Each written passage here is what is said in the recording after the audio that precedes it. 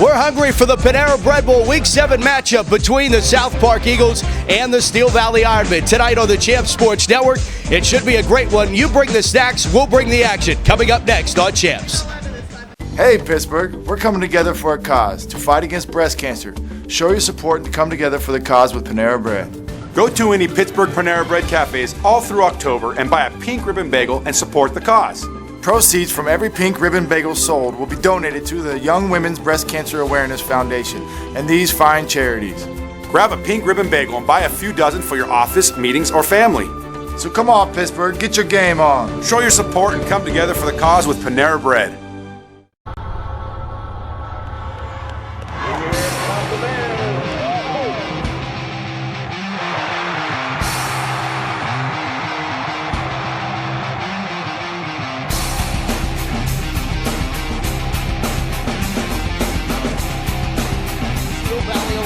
Charlie Batch joining us for the broadcast. First of all, thanks for joining us. This should be a good one.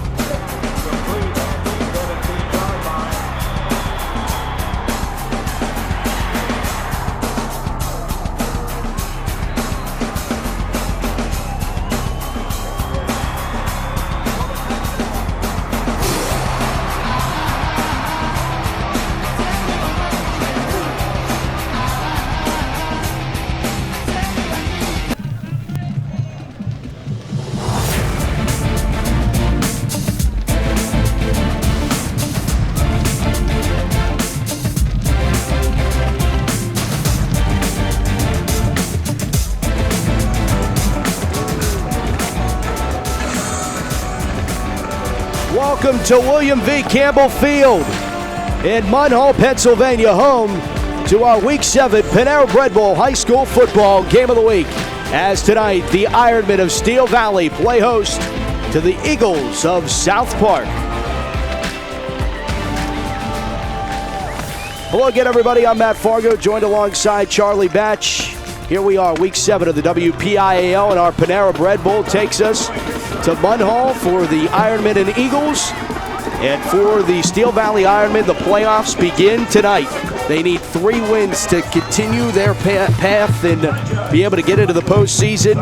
These two teams almost complete opposites of each other. South Park, they dropped their first 2 games of the 2013 campaign before rattling off the last 4.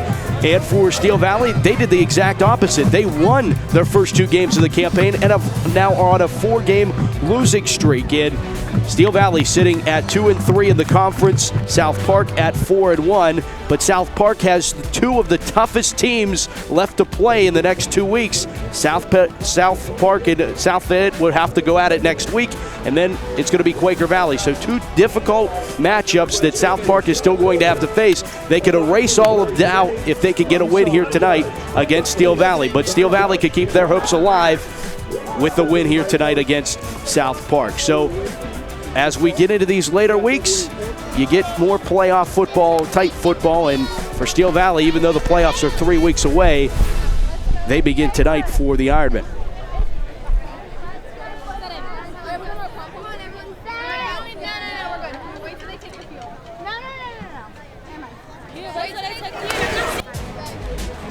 The Panera Bread Bowl on the Champs Sports Network is proudly brought to you by the Best of the Batch Foundation. For more information, log on to batchfoundation.org. By Panera Bread, live consciously, eat deliciously. By UPMC's Dignity and Respect campaign. Learn more by logging on to dignityandrespect.org. And by the NFL Foundation. For all more information, log on to nflfoundation.org.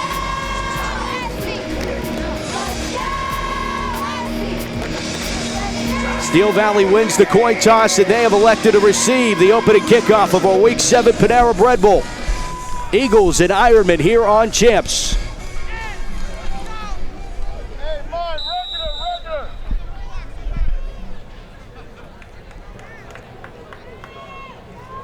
We got this one teed up. And we are underway from William V. Campbell Field in Munhall. Fielded from the 15-yard line, across the far side 20, and up across to the 25-yard line is where the Steel Valley Ironmen are going to take over first down at 10, and they return to their lineup. DeAndre Pickens, who has 40 carries for 595 yards. He's averaging 14.9 yards a carry. He was hurt in the South Fayette game after a 66-yard run. That was the 4th play from scrimmage in that game. And he has not played a down since, so he's going to be back in the lineup, and it'll be interesting to keep an eye on how he does throughout the course of this game, as it will be a first down handoff here to the near side. And across the 25-yard line up to the 29. And that is Pickens on the carry. DeAndre Pickens, the senior. Brought down by Brad Villa. Second down. Villa on the stop.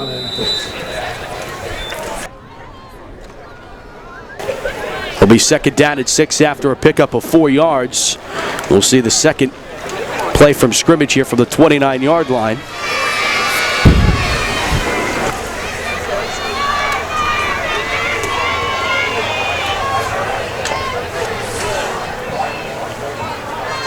I formation, turn around and hand it off. It's Pickens again on a second down carry. And he'll pick up 3 more yards, moving across the 30-yard line up to the 33. 3-yard pickup. Pickens the ball carrier. Brad Villa again on the tackle. And time now to welcome in the second part of the team.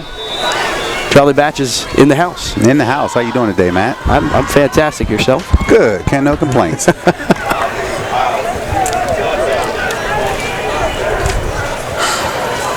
Well, we got a third down at 2 coming up here from the 33-yard line for the Ironmen.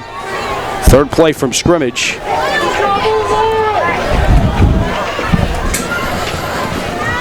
Stevens turns around and hands the ball off on third down, and that's going to be short of the marker. You can see that was a big third down stop by South Park on that play, because now it forces Steel Valley into a punt situation here. At the 33. He's going to get South Park good field position after this punt. Adam Stout making the tackle, and what a perfect name for a defender, Stout. Can't get any better than that. You really can't. Fourth down at 2, and special teams unit on for the Ironmen.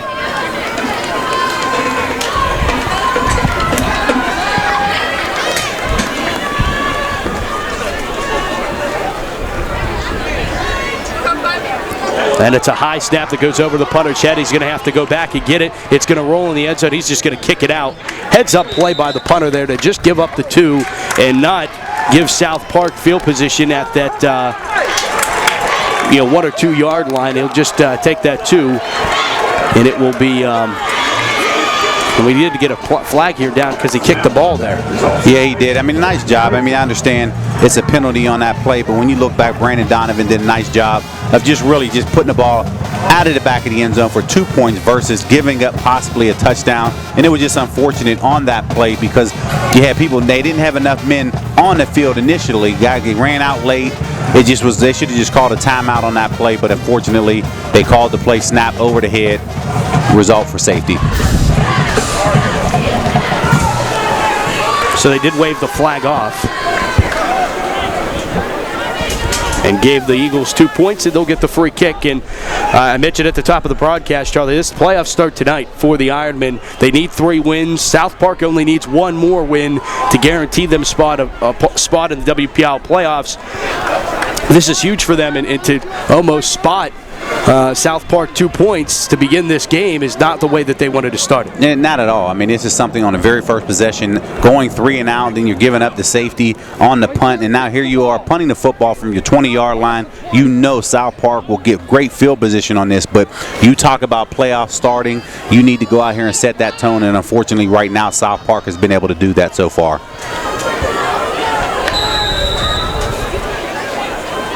Free kick set up at the 20-yard line. And they're going to opt to kick this one off the tee.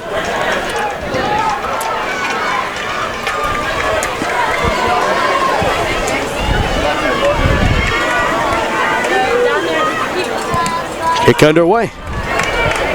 It will be taken from the 25-yard line across the 30, 35, and up across the 40-yard line. South Park will get good field position. On the return for the Eagles was Greg Bartuso. He's the bread and butter back of this South Park Eagle offense. We're going to hear his name an awful lot throughout the broadcast, and he brings it up. Swanglish on the tackle, special teams for the Ironmen. First down and 10 for the Eagles at the 43-yard line.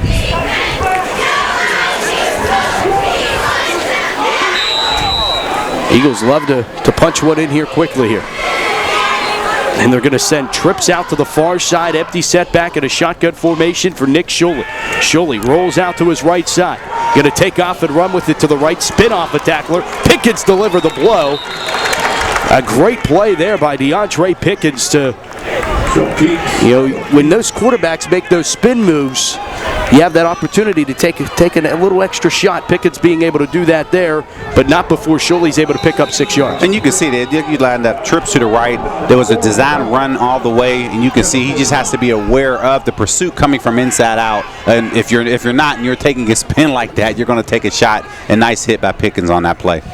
Second down and 4 from the 49-yard line. Shuley gets the snap, rolls to his left, pump fake, pressure's coming. Flag comes flying in. Shuley gets rid of the football here to the near side, and it goes incomplete. Third down coming up, but let's check the flag before we write this in stone. I think a holding call coming up against the Eagles.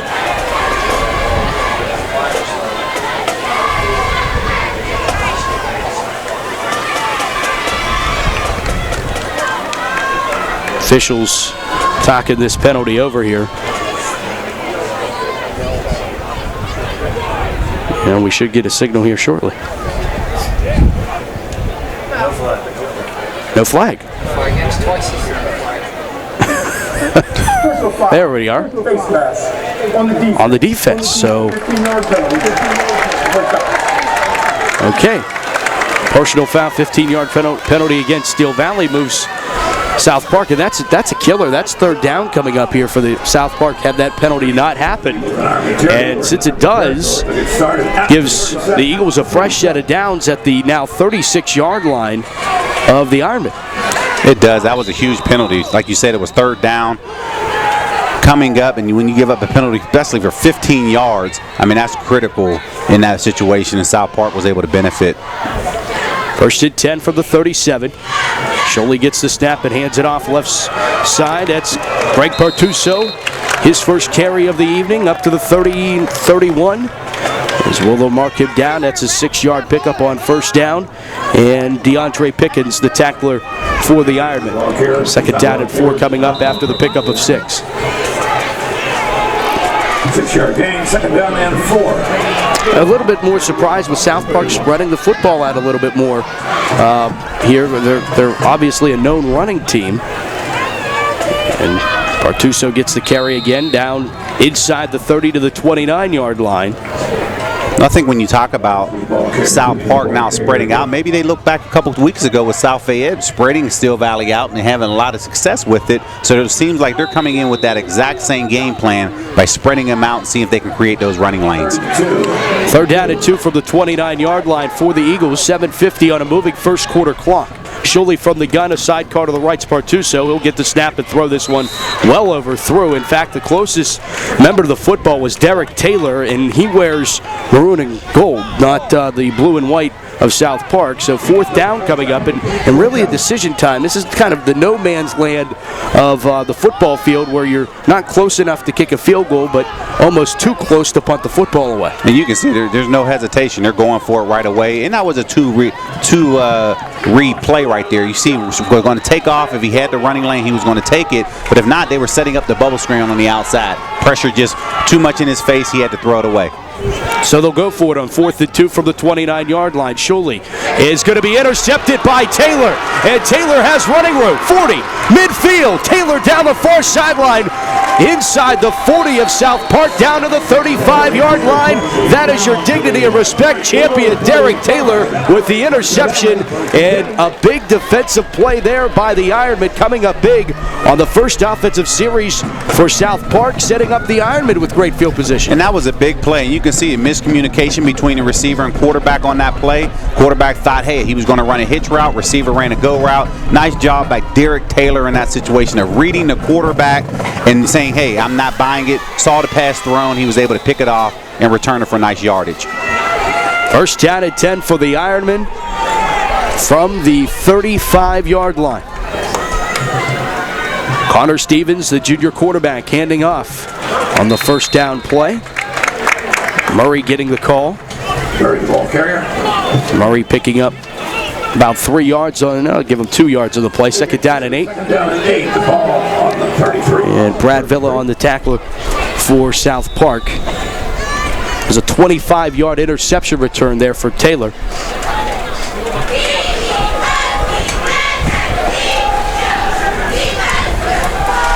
Second and 8 from the 33. 7 minutes to play. First quarter, 2-0 South Park. Leading Steel Valley. Stevens back to pass. First time this evening. Pressure's coming. He's sacked to the play. Ball came loose. South Park says they have the football.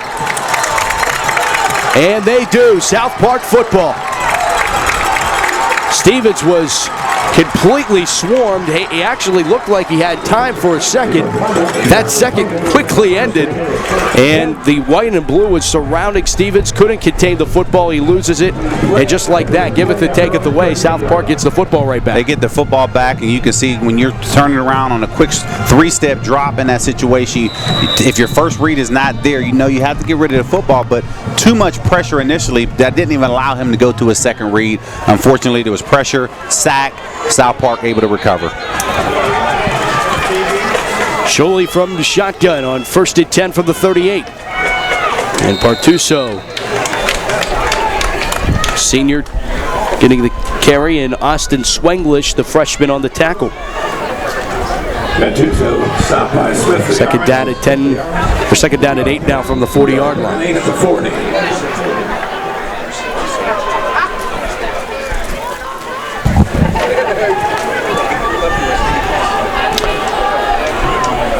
Fast-moving first quarter, 6:20 here in the first. It's 2-0 South Park.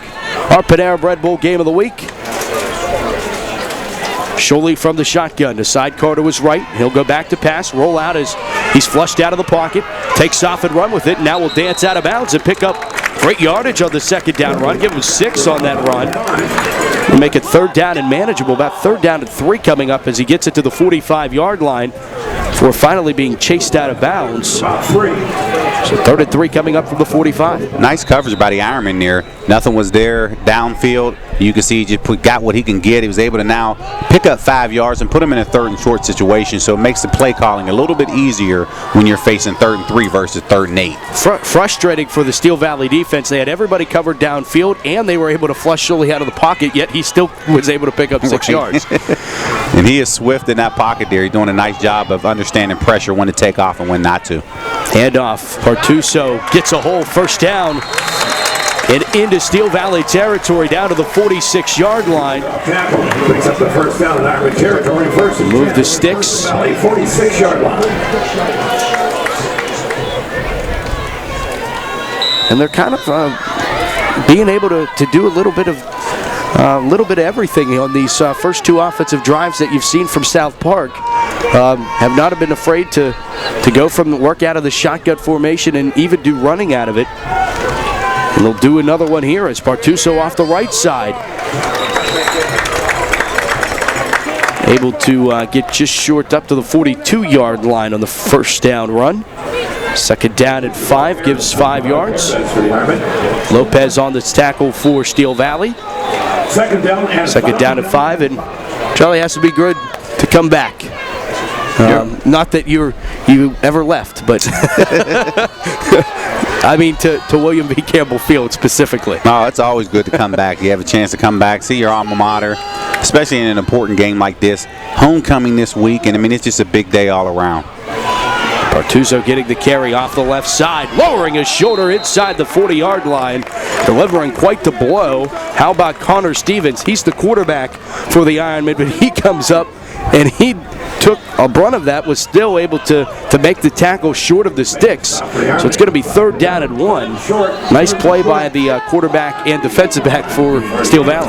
It really was. That was a big collision right there. I just don't want to, I know he plays defense, but he's also the quarterback on the other side. You don't want to do anything that's going to hurt yourself on the other side. But nice play overall. 3rd and 1 from the 38-yard line. Big third down. The bells churning here at William V. Campbell Field. Men in motion, and I think they got Steel Valley to jump. And I think what threw them off was the young man coming from the right side to the left side doing high knees in motion. Have you seen that before? He was doing high knees, and I'm thinking to myself, if I'm the defensive tackle right there, there has to be a trap coming. So he was anticipating a trap, and it looks like he jumped off sides and unfortunately gave a first down in the process, and now you give him a nice set of chains on the next set of downs. Well, that fresh set for the Eagles. Shuley gives it off. Partuso, and he's swarmed down. Great defensive coverage on that one. Corey Pinkerton. He's Pinkerton, a member of the Best of the Batch WPL preseason team. Wasn't able to make it to Heinz Field, but still gets his due, his mention. No, you got to give him his mention. Preseason. And the first Steel Valley player to ever make the list, by the way. I think that's long overdue. I may have to check that list, Matt. Go back in the archives. All 2 years. 2nd and 11 after the loss of 1. Shuley rolling out to the right side. Flag comes flying down. And coming back and sliding the football. Nice catch on the far side. The pass was recepted by Michael McLaughlin, the senior. But we're going to check the flag here. This one might be coming back against the Eagles.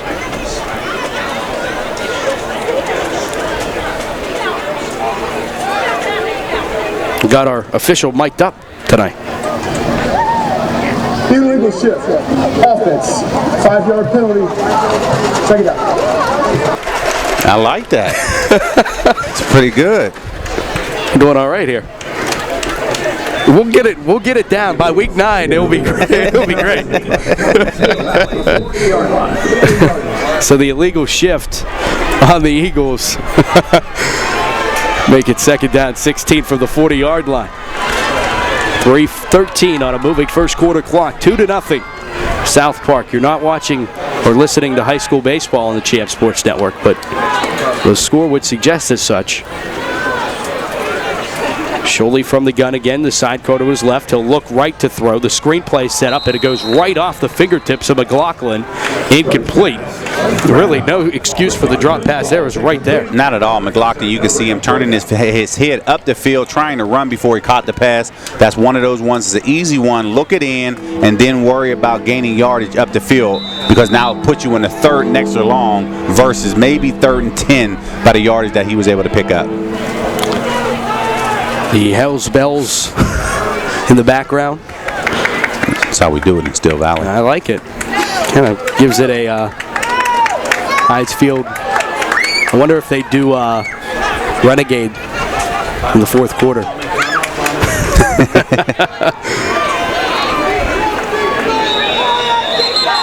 Okay, I think we got a timeout.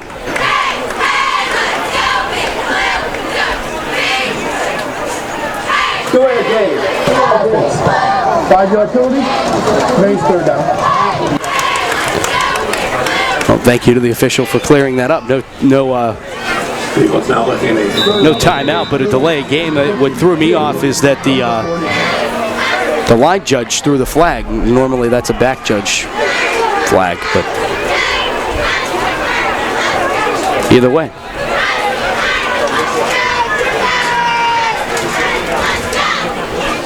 And the handoff here, delayed handoff. Partuso shaking off a tackler, finally getting knocked out of bounds. Lost his helmet on the tackle. Dwayne Murray, the freshman, knocking him out as he'll be able to get at least back to the 35-yard line. Now Murray will have to come out and sit out of play. USA football rules instituted last year. Your helmet comes off during a play. Of course, all this concussion awareness stemming off of it. I like it, actually. I think it's warranted if it's not being done to get a star player off the field. And that is, I like the concept as well. Just looking at it, if your helmet is coming off like that, you really have to check whether or not all your helmet is snapped. But either way, he had to sit out of play. Schuley comes in and quick kicks this one inside the 10-yard line. So Steel Valley will have to be faced with the backs against their own goal line at the 7-yard line with 2:39 to play here in the opening quarter, trailing 2-0. But I really like what I've seen so far from the Steel Valley defense.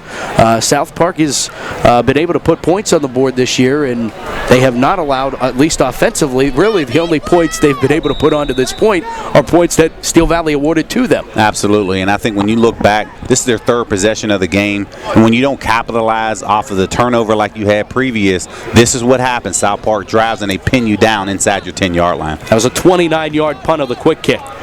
And a handoff on first down and just a dog pile. Bunch of white jerseys in there.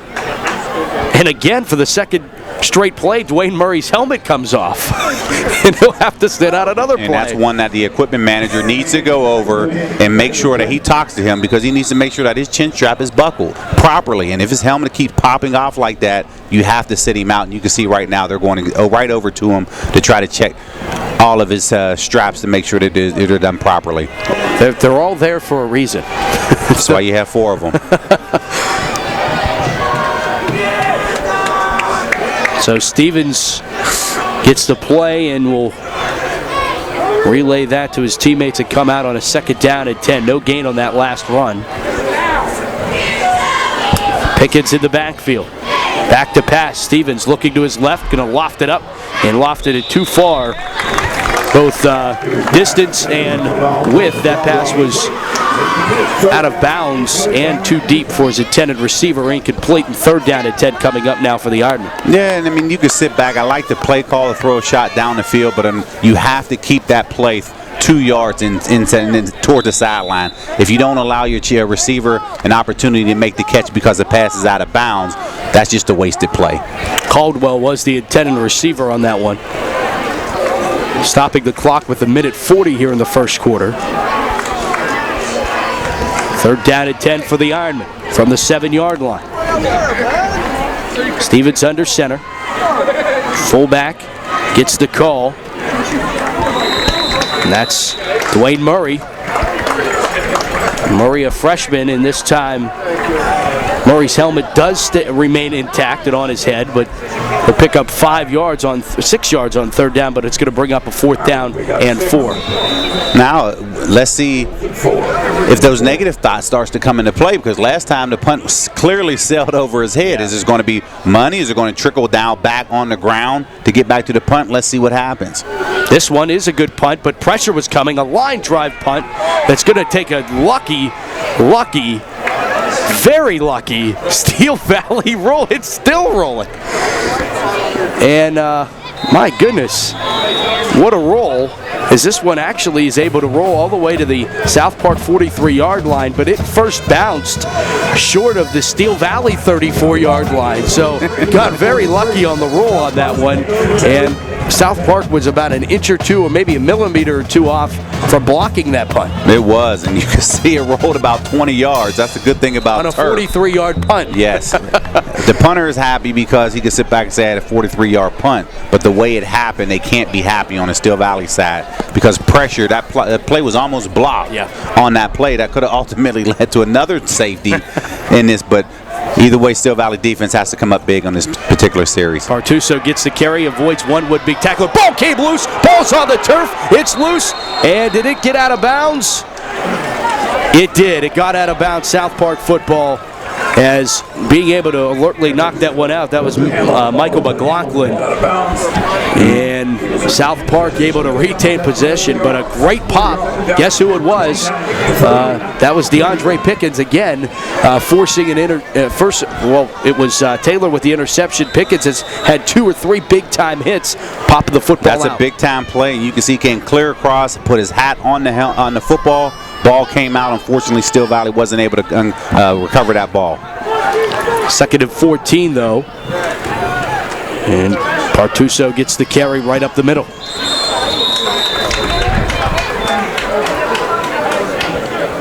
Gets up to the 44-yard line, just short of it. This will pick up about 3. third down.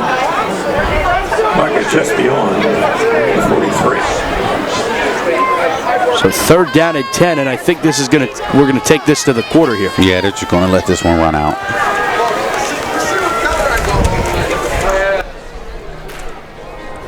Well, one quarter in the books here from William V. Campbell Field in Munhall.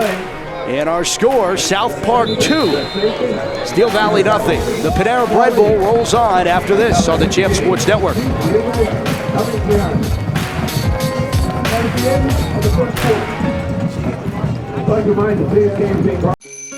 When everyone else is going to sleep, I'm just getting up. Every night, in every bakery cafe, we bake fresh bread from fresh dough. Not because it's easy, but because that's what makes the best bread. And when it comes out of the oven, it smells so good. At Panera, baking is our passion. It's a craft and an art form. Real bread, fresh dough, done right. Making today better. It's a belief that fresh bread makes the difference. Hi, I'm Charlie Batch. Here at the Best of the Batch Foundation, we know the importance of the internet. I use it to do my homework. We use the internet for everything. That's why Comcast offers Internet Essentials. It brings affordable internet into homes that qualify, because your child can really succeed when you have internet in your home. So call 1-855-8-INTERNET or visit internetessentials.com.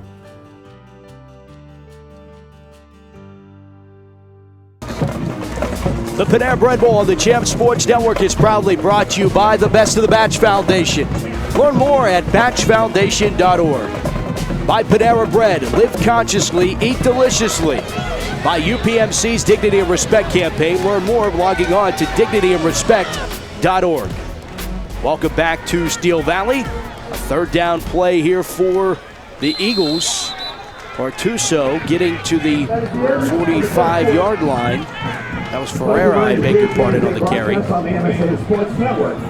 Gets up to the 45-yard line, picks up a yard. It will be fourth down, and the special teams unit onto the field to punt this football away. And a defensive stalemate through one quarter. And how's that salad, Charlie? This salad is unbelievable. This is it. You need to get one of these. I got punts away. I'm sure people are more concerned with what's going on right now. And a nice job of making sure that doesn't bound too much further upfield. So Steel Valley actually has a lot better field position than they opened up their last drive from the 7-yard line. They'll open up this one from their own 29. 11-12 to play here in the second quarter. And I think, Pickens returns to the lineup for the first time in three weeks this tonight. And I think one of the keys needs to be getting him the football and getting him back into a rhythm. And you have to, and you want to ease your way back into the game. But I know if he's sitting back, he's saying, "Feed me, coach." And right now, you'll probably see a heavy dose of him coming up here in the second quarter. Charlie's getting fed. Why can't I get fed? Exactly. Stevens back to pass, looking to the right, and that pass well off the mark. It's the second time Stevens has put a ball, not even really a catchable ball. And that time there was no pressure. Yeah, I mean, you look back, Connor, he saw underneath coverage, tried to put the ball over top of the defender. Unfortunately, the receiver is not working with the quarterback in that situation. He was expecting the receiver at least to work out away from coverage. It didn't happen, and that's why the pass looked like it was overthrown the way it was. So second down and 10 from the 29-yard line now. Stevens, a junior. Now he'll go from the shotgun. Sending Pickens in motion. He gets the carry, tries to spin, and he's stopped in the backfield. Nice play. Aaron Williams, the senior, comes up to make the tackle. A loss of 4 on the play. It'll be third down and 14. And you can see Williams right there reading his keys. He saw motion coming in, and he was not going to be fooled. He was going to sit back and wait for Pickens to come to him. He did, and it dropped him for a 5-yard loss. I mean, that's a big second down play right there for the South Park defense to now put them in a third and extra long situation, forcing Steel Valley into a passing situation, and that's not one of their strengths right now. Steel Valley. Timeout by Steel Valley. 10:30 to play here in quarter number 2. 2-0. South Park leading the Ironmen. Other games on the Champ Sports Network this evening. Got some good ones. Pittsburgh Central Catholic playing host to North Allegheny, who we saw last week in our Panera Bread Bowl, falling to Gateway. And the other game on the network tonight, a really good one. Number 1 Upper St. Clair against number 7 Bethel Park. The other game on Champs.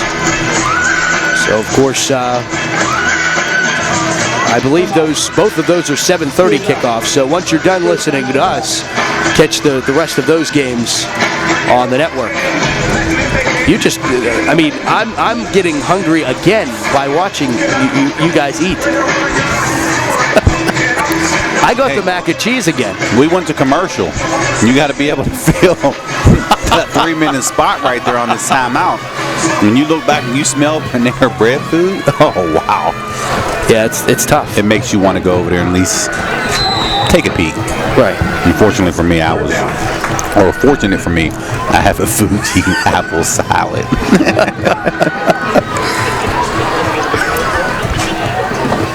Third and 14, Stevens back to pass. Screen play set up, and it is incomplete. Bobbled around there.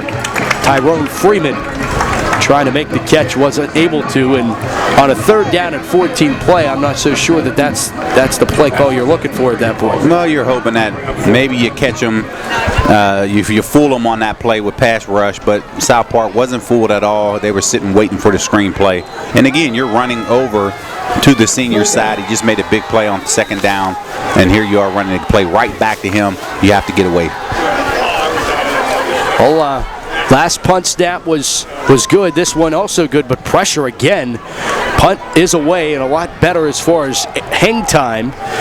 And will roll down to the 40-yard line is where this will be tapped down, and South Park will take over at their own 40 with 10:14 to play here in the second. That's a 35-yard punt. So if you're keeping track at home, that 43-yard punt that probably went about 6 inches off the ground went farther than the one that went about 21 feet in the air.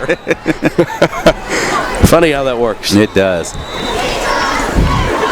We were talking at the beginning of this game, but these two teams really starting identically opposite, if that's pardon the grammar there, but handoff on the quarterback option play. Bartuso getting 2 yards, 2nd down and 8 coming up. But Steel Valley opened up the season 2-0 and then have lost 4 consecutive. And South Park started off 0-2 and have won 4 consecutive. Very interesting how this is all played out. And they're both sitting here knowing that playoff implications are at stake, and they're both in it, and they both need this game to, well, for South Park, they clinch if they win today, and Steel Valley just to keep their hopes alive. And let's just keep in mind that their next 2 opponents are South Fayette and Seton LaSalle for South Park. So it doesn't get any easier. Late flag comes flying in on 2nd down. Number 50 makes Shane King on the tackle. Check the flag here. Personal foul. Defense. 15-yard penalty. 1st down. Thanks, man. Give us the face mask call. It didn't look like the flag was thrown when they hit the ground. So it's not that. How can you be a personal foul on that call? I don't like the referee in that situation not allowing us, or at least telling us what the play was. But me watching it, that was not a personal foul. Yeah. The fact that the flag was thrown well after the play had ended. Right. 1st and 10 for the 40-yard line. Play action and a keeper by Sholey. He's knocked hard from behind on the tackle. Tyrone Freeman. Drop for a loss, about 3. He'll lose 3 yards of the play. 2nd and 13-yard line back at the 43-yard line. A great play by Freeman to come from the blind side there. He did. You can see he was waiting. I thought with the way that the quarterback was holding the ball, I thought he may fumble in that situation, but he didn't. He was able to hold on. And I think this is for Steel Valley's defense. This is big for them because it seems like South Park has had the ball the entire first half. And Steel Valley has come up to only have 2 points on his board. Is impressive. Play action, Sholey going to try to pop this pass out. It is completed on the reception. That is Zerba. Harry Zaremba making the catch, a 5'10 junior. Taken down by Dwayne Murray. The 43rd and 10. And he got up just 3 yards on the pop pass, so it will be 3rd down and 10 from the 40-yard line with 8:05 on a moving second quarter clock. Looked a lot more promising initially on that play. It did. I actually thought the ball was going to be tipped because you had a free defender. Rolling to the right is Sholey on 3rd down. Got a receiver. Jump ball. It's intercepted at the 16-yard line. And it's Connor Stevens. The quarterback makes an interception. That's the only time he's going to get a reception, so why not come up on the defensive side of the football and get one? And he's in the stat books with the catch, and it's coming on the defensive side of the football. He is. And you can see he's playing that free safety, middle of the field. Coverage rolled to the right. He read his keys, and he broke on the football and made a nice play attacking the ball at his highest point.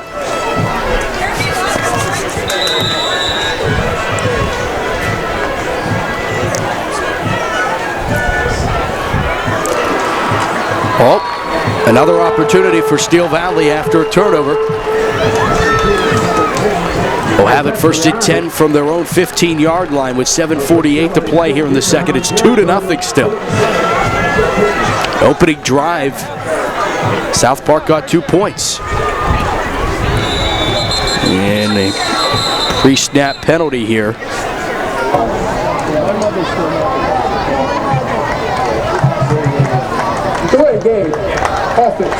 And I was just going to ask you that question, Matt. We go to other schools and they have the shot clock sitting down there. Right. You don't have it, and based off the way that play ended, Connor had to run to the sideline, get the play, come back on. They took their time from the huddle to the line of scrimmage. Right. And unfortunately, with the delay of game there.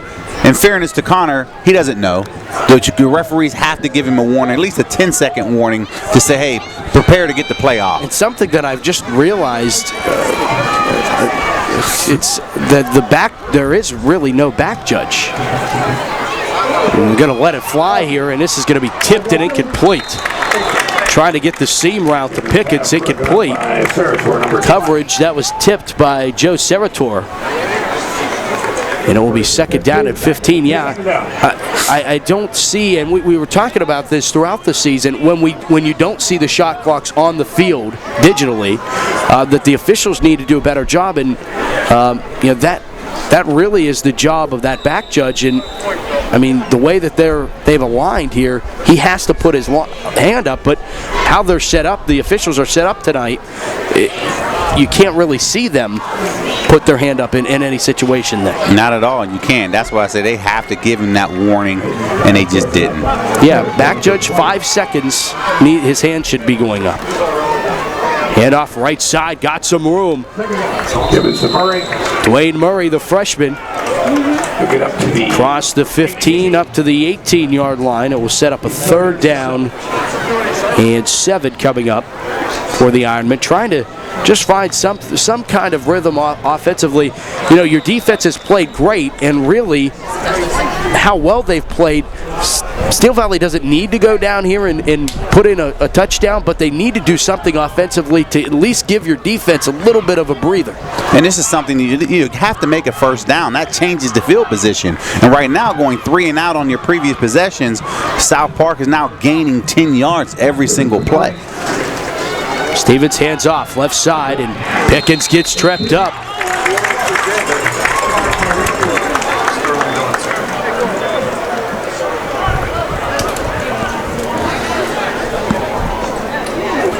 I said every single play last time, but this is every single series that they turn around and have to.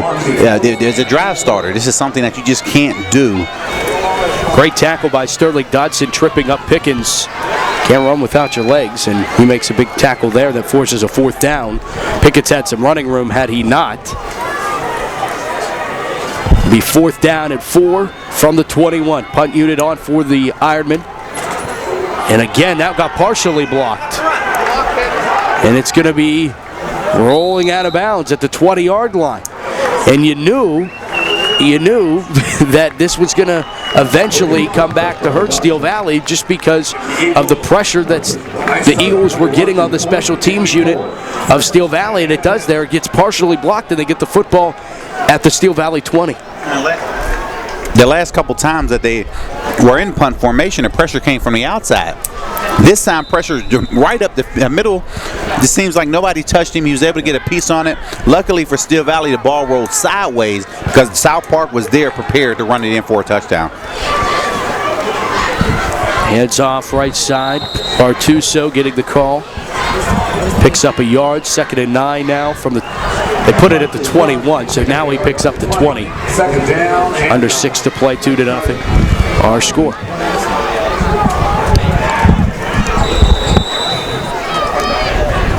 This would be a huge stop for the Ironmen, who have played fantastically defensively here tonight.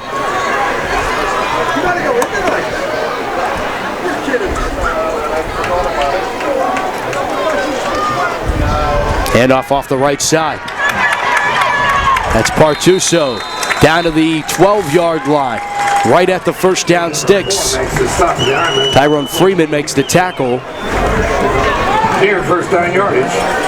They're going to call it 3rd and less than a yard here. Just inside the Steel Valley 13-yard line. Big 3rd down here. It's defense needs to buckle up. Under 5 to play in the quarter. Might just see Sholey take this one on a quarterback sneak as they line up under center, and they got the high knees in motion. They hand it off the right side. That's a first down inside the 10. And it's still getting a push forward. Down to the 5-yard line. It looked like that was 57. It was 57. The big fella, that is Traves Green. Green is 6 foot, 261 pounds. The big fella got well more than the inch that he needed for the first down. It's 1st and goal from now the 7-yard line. That's the short yard specialist. Came in, he is not to be denied. He was able to, you're thinking he's only going to get 1 yard, which he normally should, but he was able to turn that into a 10-yard run on 3rd and short. 3rd and 8 from the 8. Pump fake, slant route off the receiver's fingertips, incomplete. Would have been a South Park touchdown, but unable to haul the pass in. That was Ryan Mino, the junior. Akeem Muhammad on the coverage for Steel Valley. 2nd and goal.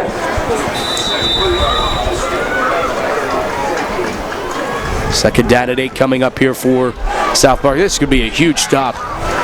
Steel Valley could shut the door here.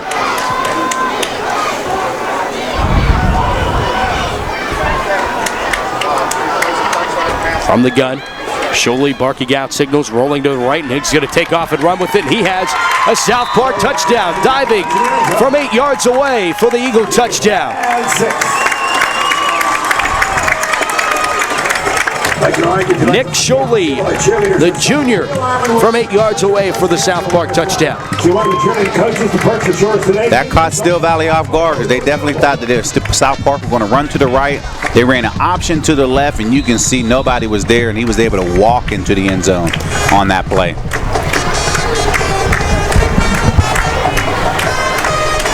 And the Irish fight song, most overplayed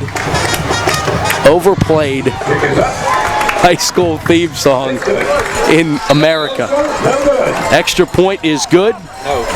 Or no good. Ryan Mino's kick is no good. just missing left.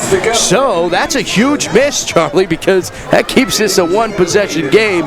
It's 8-0 South Park, and Steel Valley with 4:17 to play in quarter number 2. And that's something that, at the end of it, will that come back to haunt South Park? We don't know. But the way that South Park defense playing, they may not have to worry about that. Yeah. Steel Valley must go down and put a drive together here right before the half to go down there and at least, take some momentum into the half.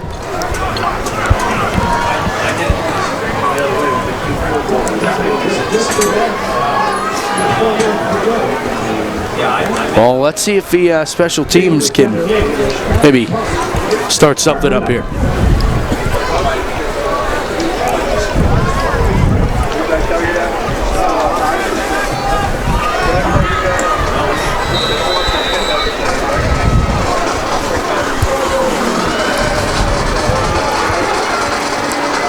Kick away from the near side hash to the far side hash. Return for the 15-20. 25-30. Makes a man miss and falls forward across the 30 up to the 33-yard line. So Steel Valley getting good field position to begin this drive. Mentioned at the top of the broadcast, DeAndre Pickens, before his injury, averaging 14 yards a carry. They could use a couple of those on this drive here, but he really hasn't got all that many touches, and the question may be lingering, is that injury lingering? Yeah, is he 100% healthy? I don't think he is, but I think he's enough to play, and he's trying to do everything in his power to help spark this team and his offense.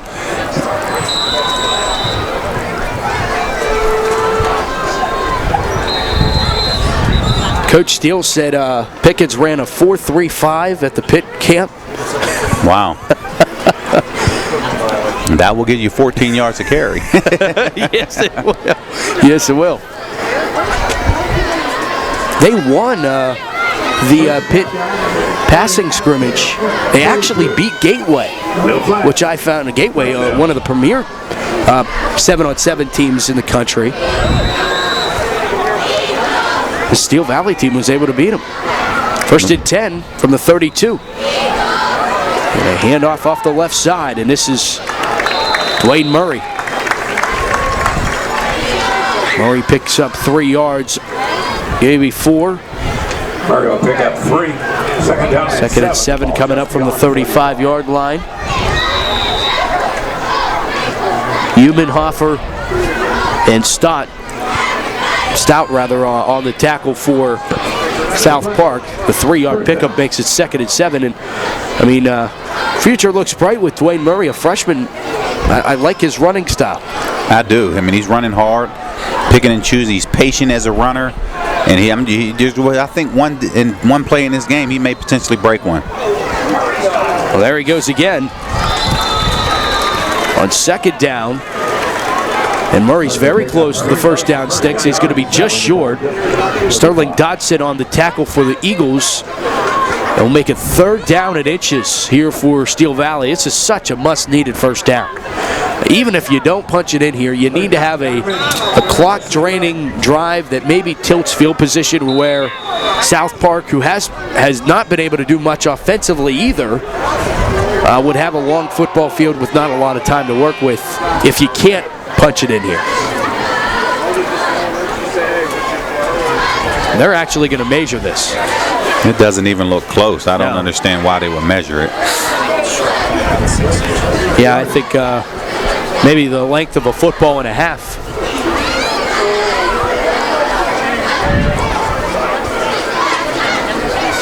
Oh, man. Yeah.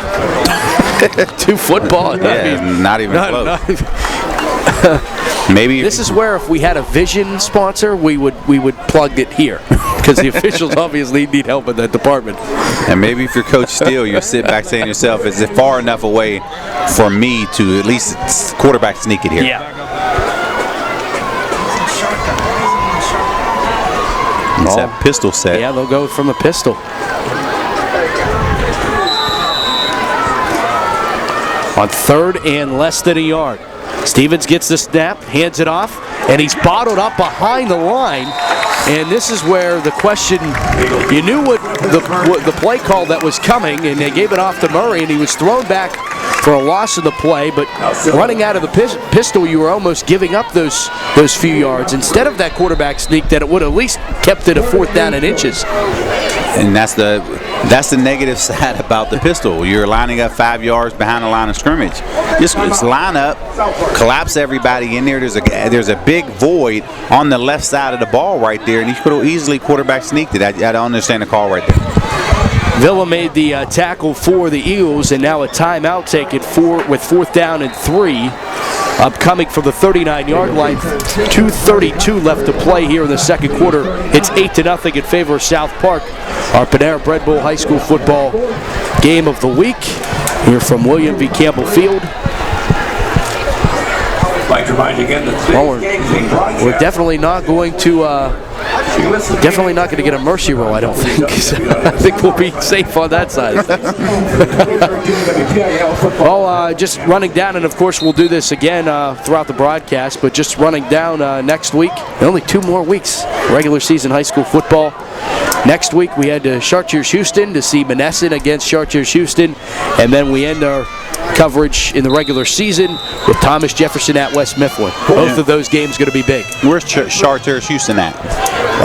Houston, PA, which is off of 79 South. Okay. All right. You'll like their colors, let me just say that. And tapping this one down, Tyrone Freeman. And that will be at the 26-yard line. So South Park takes the field with 2:23 left. Both teams have 2 timeouts remaining. They could get Steel Valley could get a quick stop here. They might be able to get the football back. But I think they'd be content with going into the breakdown just 8-0. And this defense has been the reason. That was a 34-yard punt. In South Park, sitting here with 2 timeouts left in this second quarter, they're going to go in a 2-minute drill and see if they can put some points back on this board. Sholey from the shotgun, a sidecar to the left, and they'll hand it off. Partuso gets the call, and he's bottled up in the backfield. A host, Pinkerton, also 25, 2nd down and 12. Pinkerton, we'll give Pinkerton the credit there. Nice play. Well, it doesn't look like they're in a hurry to score. No.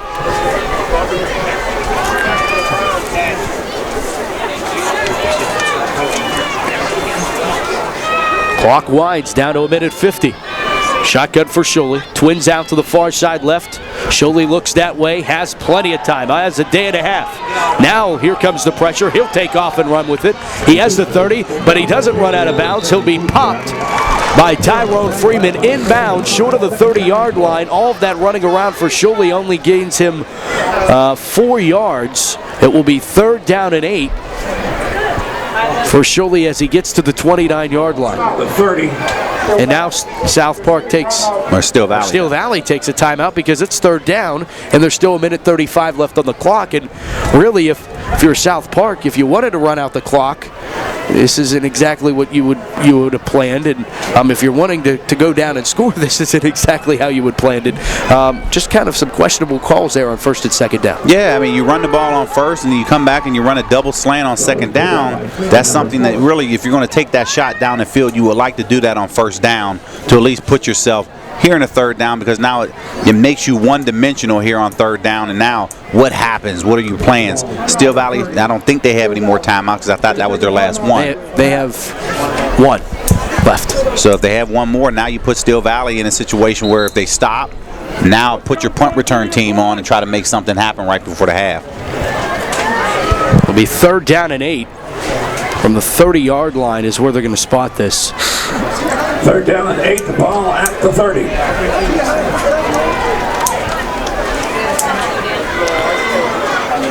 The shotgun for Sholey. Sidecar to his right. Twins here to the near side. Balls rests at the far side hash. Sholey gets the snap and rolls this way. Pump fake and then lets it fly up in the air. It's a duck, and it's intercepted. His second interception of the first half. Derek Taylor comes down with the football, and Steel Valley sets up shot in good field position at their own 44-yard line.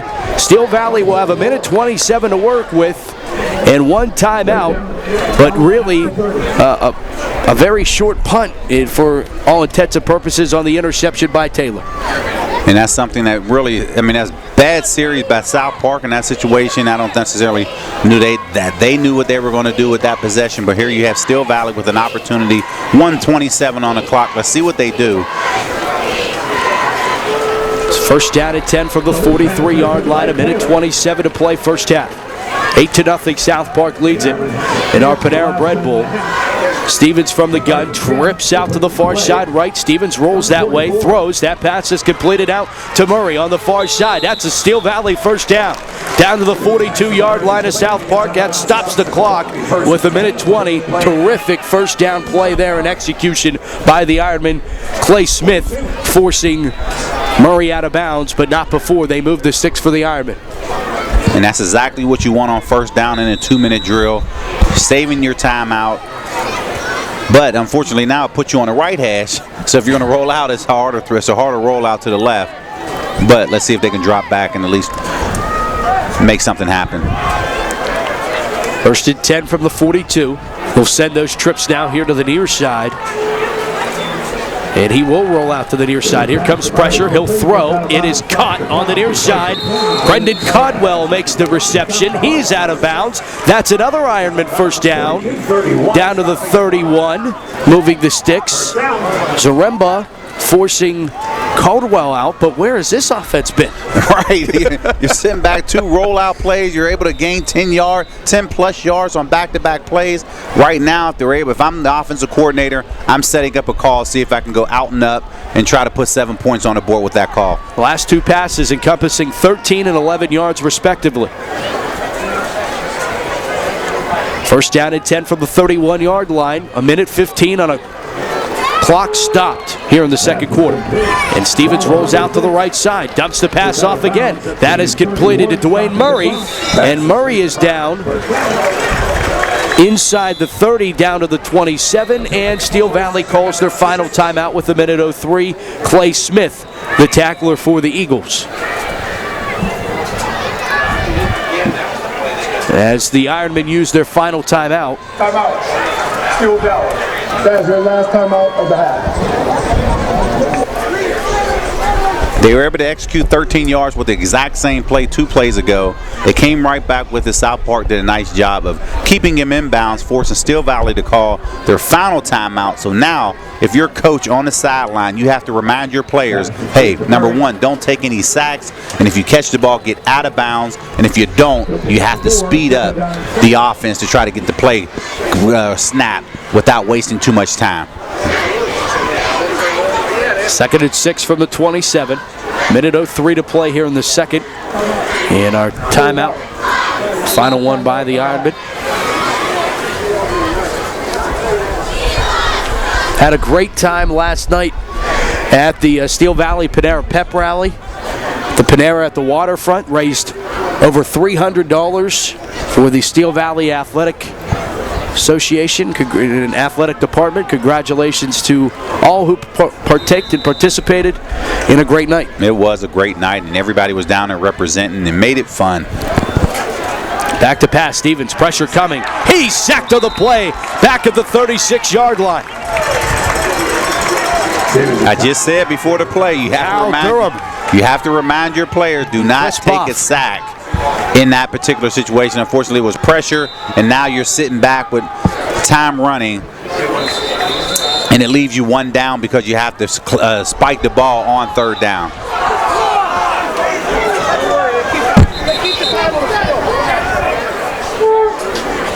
Clock stops. I think they're going to reset this. They're going to ask them to put a couple more seconds on the clock here. We had all Steel Valley fans screaming, stop the clock. I mean, you would expect South Park to say stop the clock, because here you are in a 4th and 15 situation where you may possibly get the ball back. I guess you can look at it both ways. clock operator, please put 42 seconds on the clock. I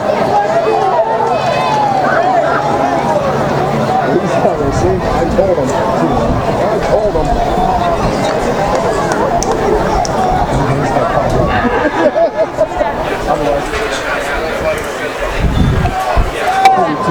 Was that 42 seconds or 42.2? That's 42.2. That is 42.2. For those of you that like your tenths of seconds. I want to see the clock stop with a couple tenths of a second left. I'd like to see that happen. Throwing it, they got the first down. Coming back to the football, Derek Taylor, who's played completely, had a great first half of football for the Ironmen. Taylor on just coming back to the football, set right down at the sticks. Do you see last down they actually ran a vertical route, and corners are running way off, and right now Derek did a nice job of attacking the defender and now coming back to the football right by the sticks and able to convert that big 4th down and 15 in that situation. First down at 10 from the 19-yard line. Steel Valley still driving. 17 yards of the pass completion.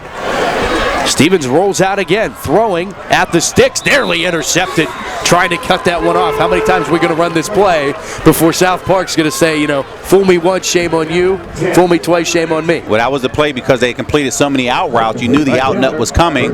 Derek Taylor, he went out and up. Unfortunately, they weren't on the same page, and the pass almost got picked off by South Park on that play.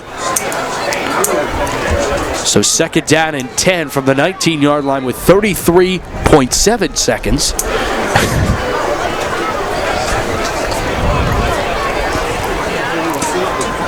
Then when you're rolling out throwing a football, it's tough when you're on the right hash because it cuts the field down drastically and not allowing you to set up a play by rolling out and buying yourself some time. Shotgun on second down. Back to pass. Stevens has time, steps up into the pocket. He's going to take off and run with it. He has the 10, the 5. First down, the clock will stop as they reset the clock. Reset the chains, they will. Quickly to the line. Zaremba made the tackle. Quickly to the line for the Ironmen. They will go under center on the spike and spike it with 25 seconds. So just 1 second ticks off the clock on the spike. And it will be first down and goal for the Ironmen, and this has been as impressive a 2-minute drill as you will see at the high school football level. It's been tremendous and really all executed by the field general out there. Connor Stevens doing a terrific job. Connor's doing a fantastic job, and this is exactly what you want from your field general. One timeout he had when he started this drive, and now he puts them right inside, right about the 6-yard line here as they look to score before the half.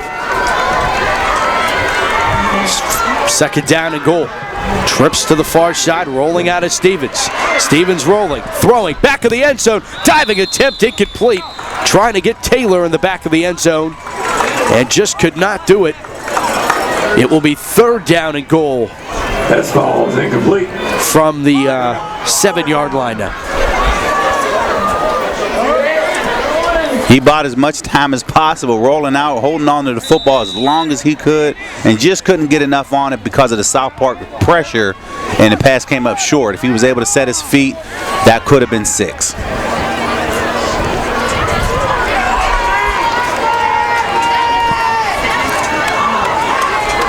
So third down and goal. You have to assume this is going to be 2-down territory here. Pistol formation.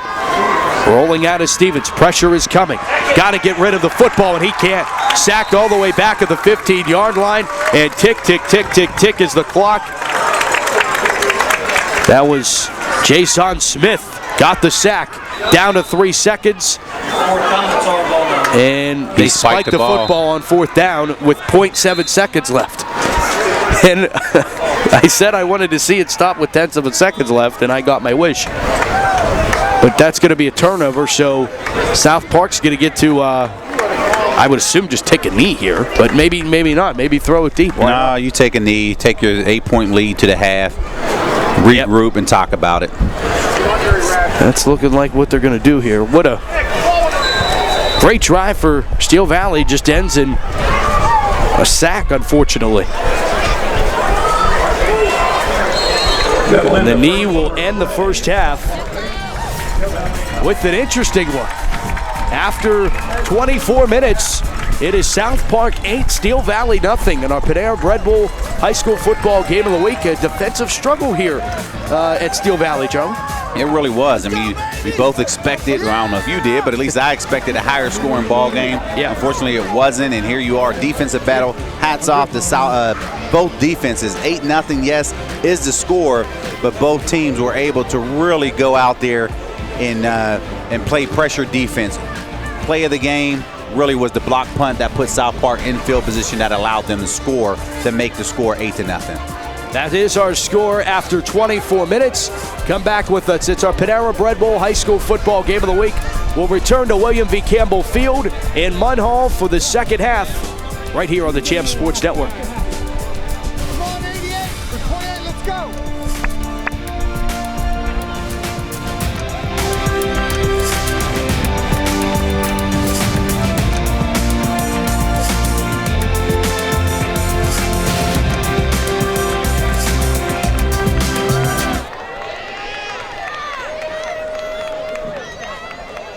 What Panera has been about since the day we began it was creating the kind of food that we wanted to serve to our own families. We wanted a place with soul. We wanted a place that was real. We start with artisan bread, handcrafted by professional bakers using fresh dough. It just tastes better. Fresh food, served on real plates with real silverware in an environment that allows you to sit and relax. Making today better is a belief that you should leave feeling better than when you came in. Charlie Batch, founder, Best of the Batch Foundation. We're all in this together. We don't have community centers. We don't have boys and girls clubs around here. So this right here, when you're impacting over 300 kids during a calendar year, or during the summertime, I mean, it's one of those things that we're able to really make sure that we're focusing on these kids 8 weeks out of the summer, 4 days a week. Shot! Right there, bro! We had more of these type of organizations, we wouldn't have that much problems, I don't think, in town. When I'm on the basketball court, I feel like a champion. Really, when you see the smiles on the kids' faces, that's what it's all about. Because no matter how tired I am at the end of the day, no matter how hot it is when you're dealing with the summertime, when I see those smiles, I mean, it makes it all well worth it. We're all in this together. We're all in this together. I want to thank UPMC and the Dignity and Respect campaign for all their continued support. I look forward to working with you for years to come. We're all in this together. We're all in this together! We're all in this together.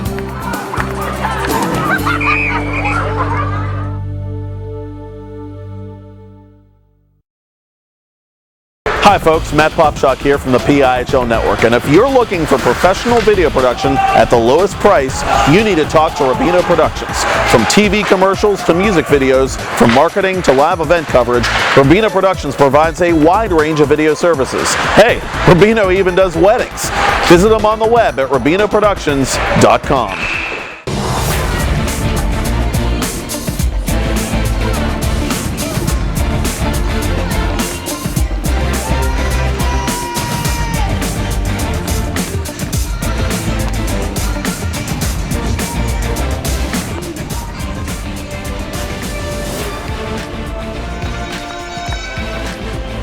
The Panera Bread Bowl on the Champ Sports Network, proudly brought to you by the Best of the Batch Foundation.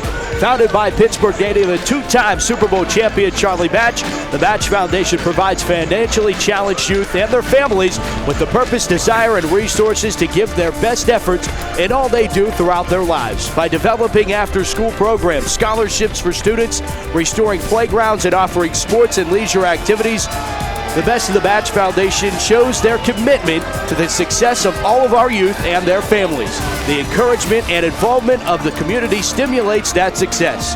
Learn more about the Best of the Batch Foundation by logging on to batchfoundation.org. Also by Panera Bread. Live consciously, eat deliciously. By UPMC's Dignity and Respect campaign. Learn more at dignityandrespect.org. And by the NFL Foundation, a nonprofit organization dedicated to improving the health and safety of sports, youth football, and the communities in which we live. Log on to nflfoundation.org to learn more information. Welcome back to William V. Campbell Field, Steel Valley. It's the Ironmen trailing the Eagles of South Park 8-0 back with Charlie Batch and Matt Fargo. Charlie, very interesting and really a first half, or first 24 minutes we haven't seen yet. Defensive stalemate. Can we hear now? Here now? There you go. Was that my theme music coming in?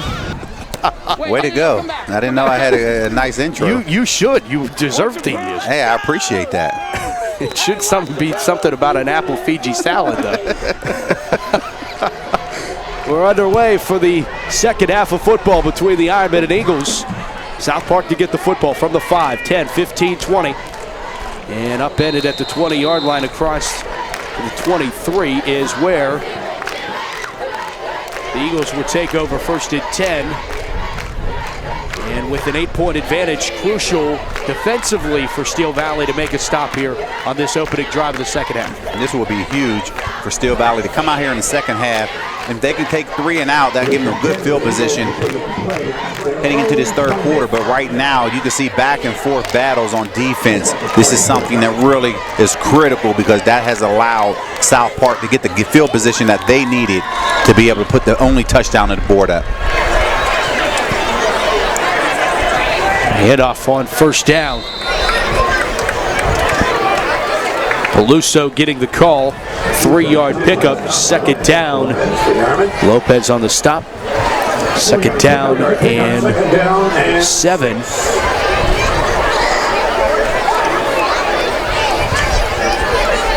South Park has shown a little bit of both. Have put the ball in the air a little bit, but they've definitely found the running game to be a little bit more effective. Peluso gets the call on second down, and he is bottled up for no gain on the play. No gain on the play. 3rd and 6. On the tackle for the Ironmen, Tyrell White and Darian Smith bring up a third down at 7, 3 and out here. Crucial. Possibly tilting the way of field position as well. Shotgun formation for Sholey, sidecar to the left. He'll go back to pass. Slant route is completed, but abruptly taken down. Pass was completed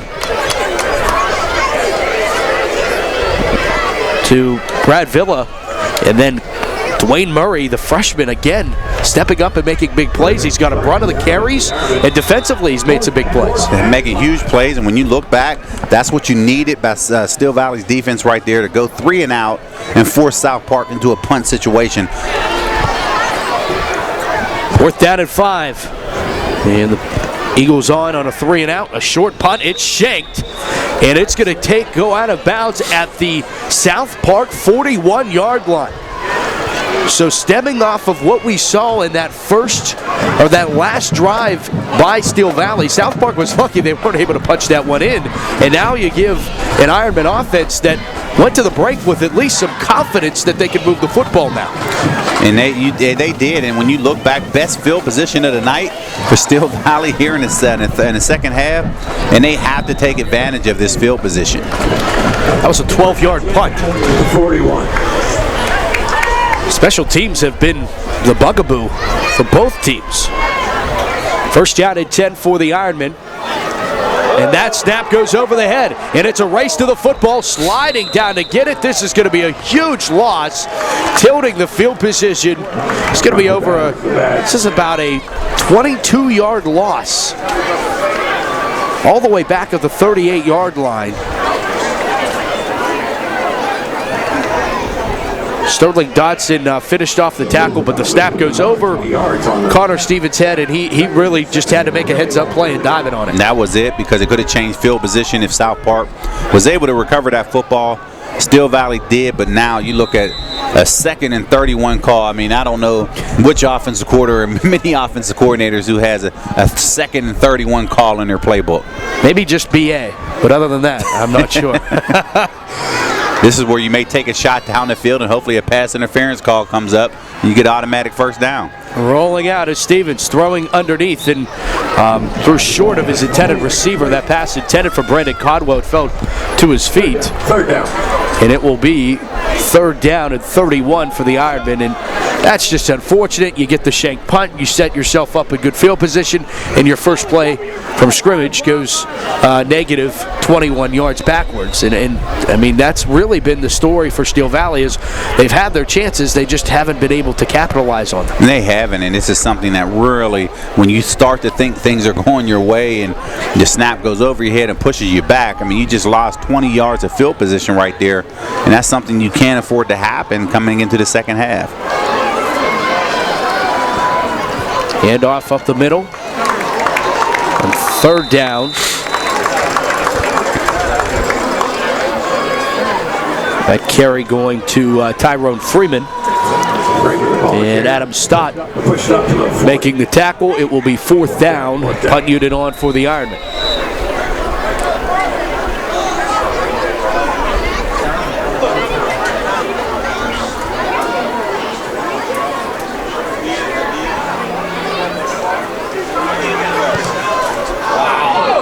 Great punt. All the way back, and they both missed them. Both kick coverage personnel for Steel Valley missed the return man. He ended up running into his own man before finally getting taken down by Akeem Muhammad. But at least Steel Valley able to tilt at least the seesaw of position and field position in favor of the Ironmen now as South Park starts this drive from their own 19. And that was a big punt, literally changing back field position, and it puts South Park back inside their 20-yard line, which could have easily been not that way. 1st and 10 from the 19. Sholey takes a snap off the right side, gets brought down from behind on the play.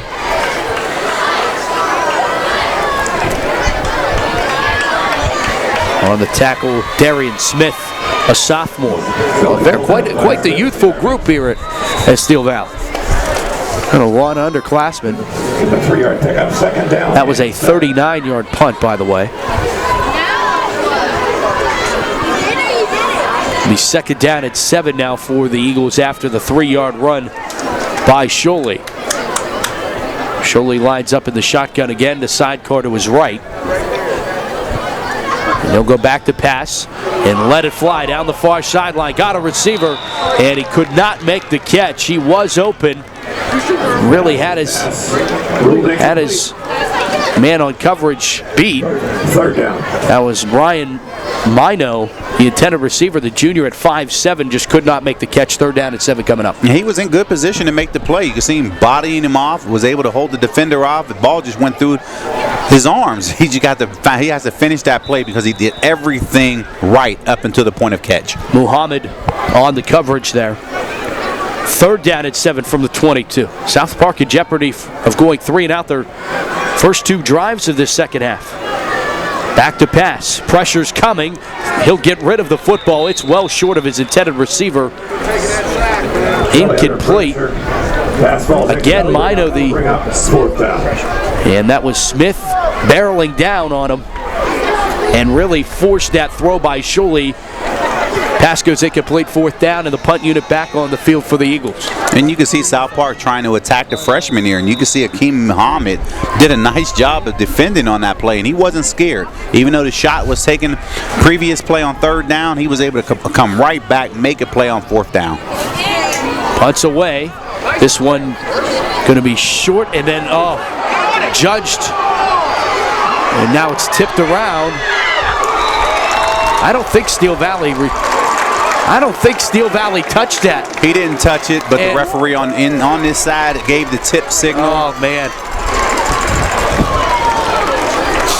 I did not think the return man for Steel Valley had touched that. I think he misjudged it, but then the reaction of Steel Valley almost gave the officials every intention on that they did touch it, because Steel Valley went after the football. But they're negotiating here. I think the right call is Steel Valley football. It's Steel Valley football. They wouldn't huddle up in this situation if the referee got it right. He's starting to question himself, been trying to explain why he thought it was right. Everyone else says he didn't touch it, but unfortunately, with no instant replay, they're going to probably allow this play to stand. It's a 54-yard punt. Look at both referees. They've pointed in both directions in the last 10 seconds. And you can see the head officials coming in, and you had the guy the closest to the football is telling the referee that it wasn't tipped. And now it goes back the way of South Park. That's a tough break. It could be the game right there. It's a tough break. I mean, it's something that for him to make that call on this sideline farthest away is not right. And unfortunately, you don't have the instant replay to overturn that call. Steel Valley clearly didn't touch that football in that situation.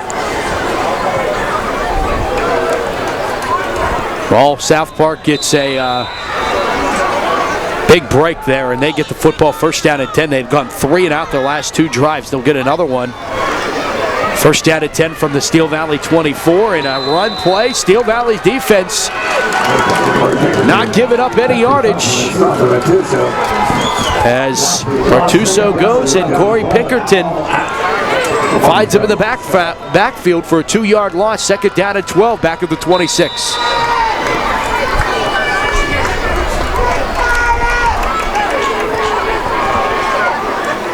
And I wonder what's going on with South Park, because earlier in the game they were lining up in spread formations, having a lot of success in that formation, and now they're bringing everybody back in. It's struggling. Yeah, and it's struggling with that. So let's see if they go back to it. Well, a bunch of men tight once again here. Back to pass. Slant route, tall pass. Nearly interception off the tip. Pass was originally intended for Ryan Mino. It went off the hands, and I think Connor Stevens almost had his second interception of the game. He would be the second Ironman with 2 interceptions in this game, keeping in mind Derek Taylor already has 2. And everyone in the crowd is saying, ooh, Connor had to respect it. What happens if South Park catches the football? He has to be there in position to make the tackle. Ball was tipped. He slowed him down. He wasn't able to make that pick. Definitely went for the safe play and not the highlight reel. Absolutely. Play. If he went for the interception off the bat and he pulls down that catch, it's a touchdown. Well, third down and 12. Could be a big statement stop here by the Ironman defense.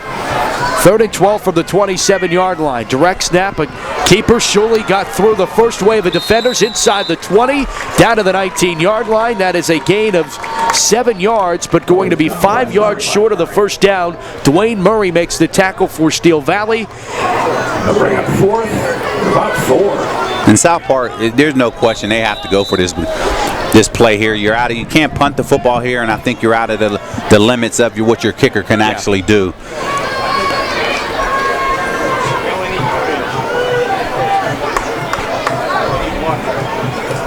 That would be a 36-yard field goal from here, so that's quite the distance. 4th down and 4, big stop possible here for the Ironmen, but a huge conversion possibly for the Eagles. 4th and 4 from the 19. Sholey back to pass. Here comes the pressure. He's sacked on the play. On the sack, Diego Lopez sacked in the backfield, a turnover on downs, and you know, if you believe in football gods, kind of righting the wrong there that the official made. Steel Valley gets the football, and they hit it almost identically where they would have got it had that punt been down there. Exactly, and that's something I'm glad Steel Valley was able to overcome that mistake by the referees in that situation. Now, they just got to, now as you're starting to, this clock is starting to tick down, you got to show some type of sense of urgency to now put the pressure on this South Park defense. First down at 10 for the Ironmen. 5:43, third quarter action. It's 8-0, and a pre-snap penalty here.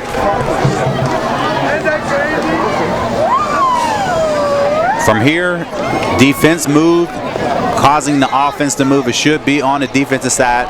And let's see what the referees call. It's going to be on the D. Talk to her. White hat. Defense. 5-yard penalty. First down. Okay, I'm having fun with it.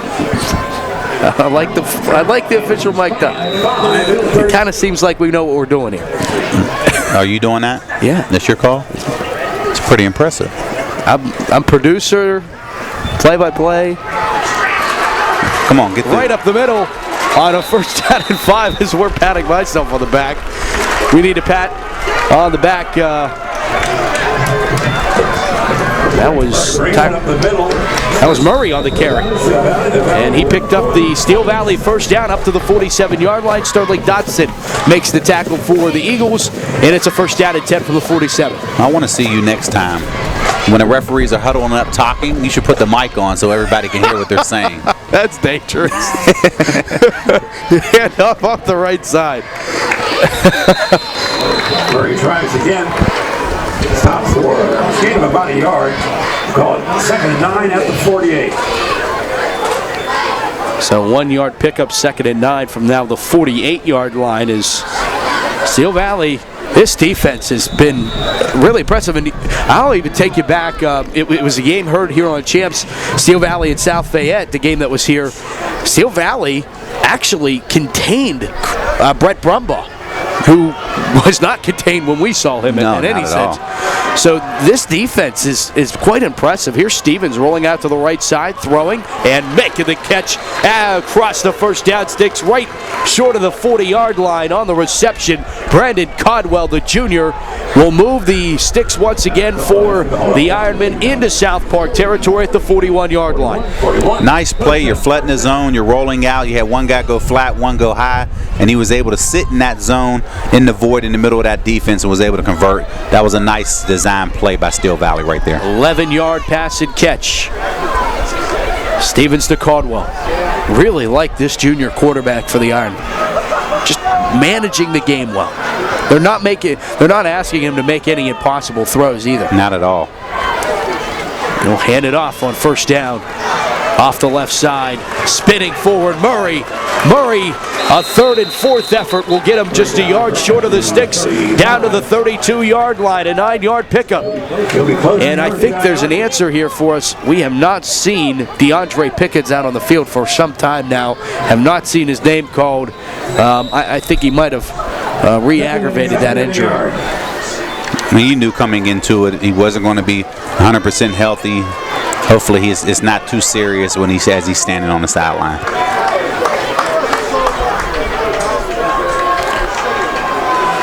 Second down and 1 for the 33. Stevens rolls to his right. Pressure's coming and he'll throw. It is incomplete. Murray had a chance at making the reception that would have actually given them a first down, but a heads-up play by Stevens, who's had a lot of, for as much as they're flushing him out of the pocket, he's had a lot of trouble with that pressure, but heads-up play, just throwing it away, not giving up that sack, making it 3rd and manageable. Exactly, and that's something that you can see he's learning, because earlier in the ball game, he actually took a sack right before the half, and this is something that, hey, he learned from. Throw the ball away, it's okay to live for another down. 3rd and 1 from the 33. They'll go to that pistol formation. They'll give it off to Murray, and Murray right through the heart of the defense of South Park. He needed 1. He got 3 down to the 29-yard line for a Ironman first down and a fresh set of downs for the maroon and gold. Is that what you would call it, maroon? Maroon and gold. Okay, I'm just making sure. I don't want to say it wrong. Yeah, it looked a little bit more maroon when I was in high school. And they switched up the uniforms. Did you play here? Played here. It was grass when we played. They didn't make turf back then, right? I think there may have only been one team that had it. I think Mount Lebanon was the first team to ever have turf. I think that they were the first team. I'm sorry, that was me. Murray gets I don't think you were born yet when I was in high school, Matt.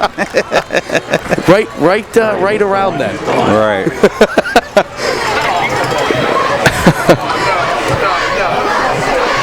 Murray on a carry, no gain, 2nd down at 10 from the 30 now, or 29.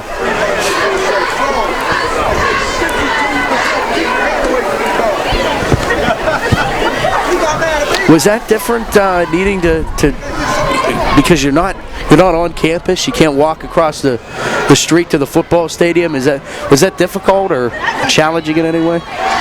To come to the field and not be right down the street from the school like a lot of these schools are. Right, yeah, it was a little tougher. Stevens rolling on second down and had nowhere to throw.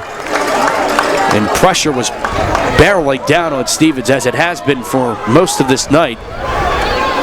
Villa, Morris, among others, Dotson, all headed towards Stevens on that one. But yeah, it will be a 3rd down and 11 coming up here. But I would think that's a little bit different than being able to just walk over to the football field instead of needing to get on a bus and almost have every game somewhat of an away game. Yeah, I mean that was the biggest difference home, but practice field was right behind the high school, so that was never an issue. You just knew, there was you had to be at the field at a certain time, and they had a bus that was able to come up and do it and play here. So it wasn't bad at all. You just became used to it.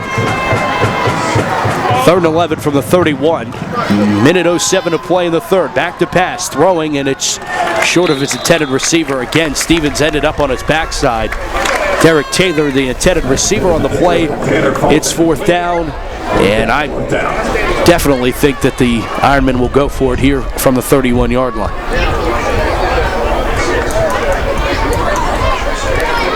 And ball being on the left hash, it has a lot of success with rolling out to the right, flooding that zone. Let's see if they go back to it. 1 for 1 on 4th down conversions. Yes, they are. They just have to figure out a way of protecting Connor, because every single play he's on his back.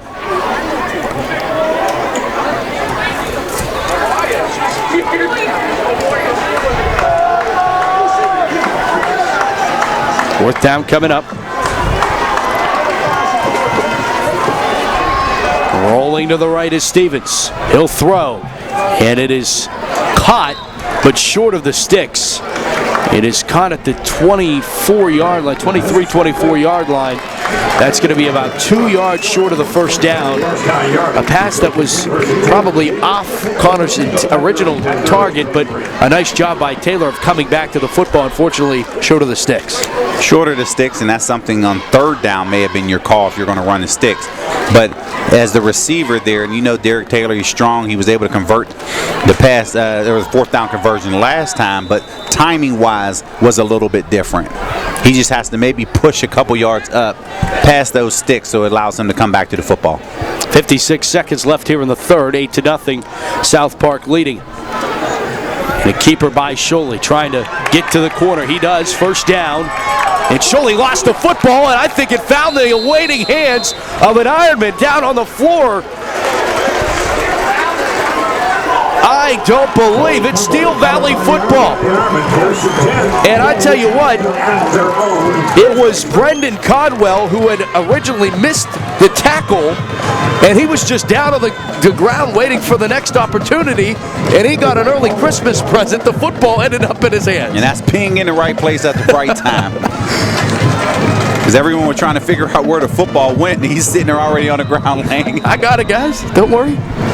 And another huge turnover opportunity gives Steel Valley tremendous field position at the South Park 33. Is this how many turnovers? Is this 4? Maybe 5? I think it's his 5th for the night.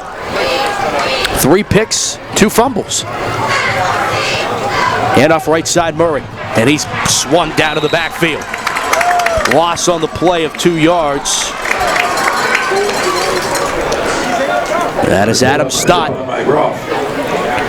Down to 30 seconds in this 3rd quarter. They're going to actually say he lost 3 on the play. 2nd and 13.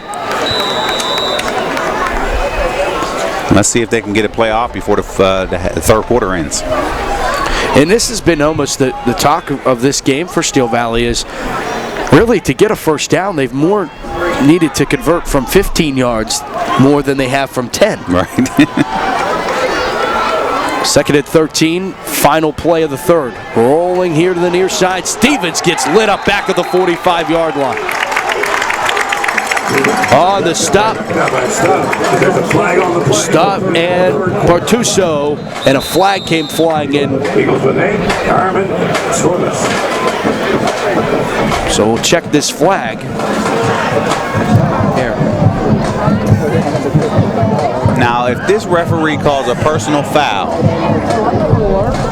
that would be a terrible call. That would be the third, in my opinion. We have a sideline warning for South Park. That's the end of the quarter. Okay. No personal foul, Charlie. Thank you. No need to go down there. As we head to break, we want to congratulate 2013 Steel Valley homecoming queen, Gabby Olson. Congratulations, Gabby. 8-0 South Park leads Steel Valley. Hopefully, Gabby and Charlie and the rest of the Ironmen hoping they can get on the board. Come back with us for the final quarter of our Week 7 Panera Bread Bowl High School Football Game of the Week right here on the Champ Sports Network.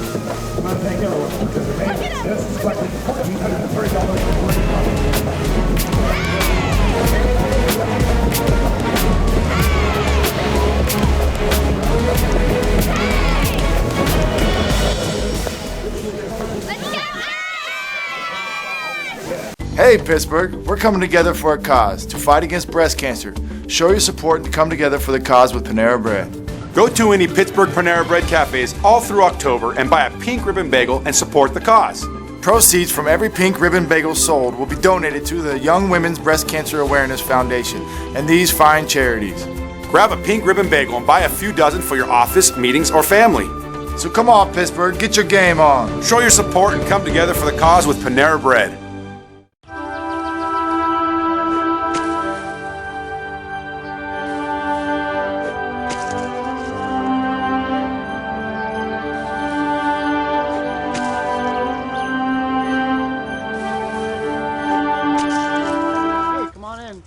Time for dinner.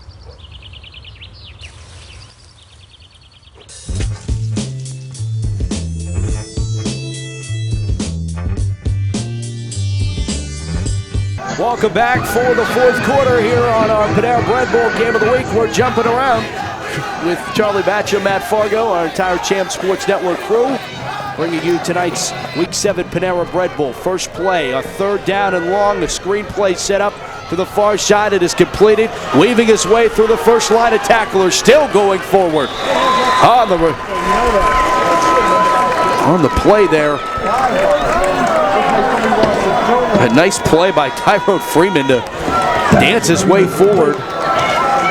Joe Serratore makes the tackle. It will be 4th down and 12 for the Ironmen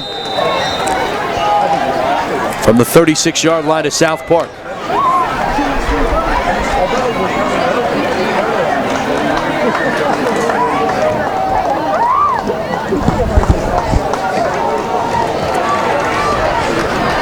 Fourth down and 12 from the 36. Stevens goes back to pass. Pressure's coming. Throwing over the middle of the field. Intercepted at the 30-yard line. And got tripped up. But on the interception for the Eagles was Adam Stout. And Mr. Stout has been just that. He really has been, and I think they were trying to set up a middle screen there and weren't able to convert. And right now you see Connor, he's limping as he's trying to go back and play free safety. So I wonder how that's going to how his ankle is going to limit him throughout the rest of this game. 1st and 10 for the 38.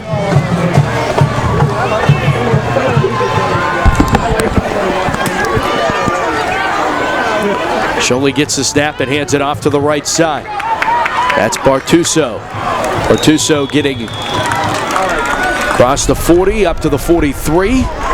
Picks up 5 on first down. 2nd and 5 coming up. 2nd down and 5 at the 44. And right now South Park is just going to try to run as much time off this clock on this possession here.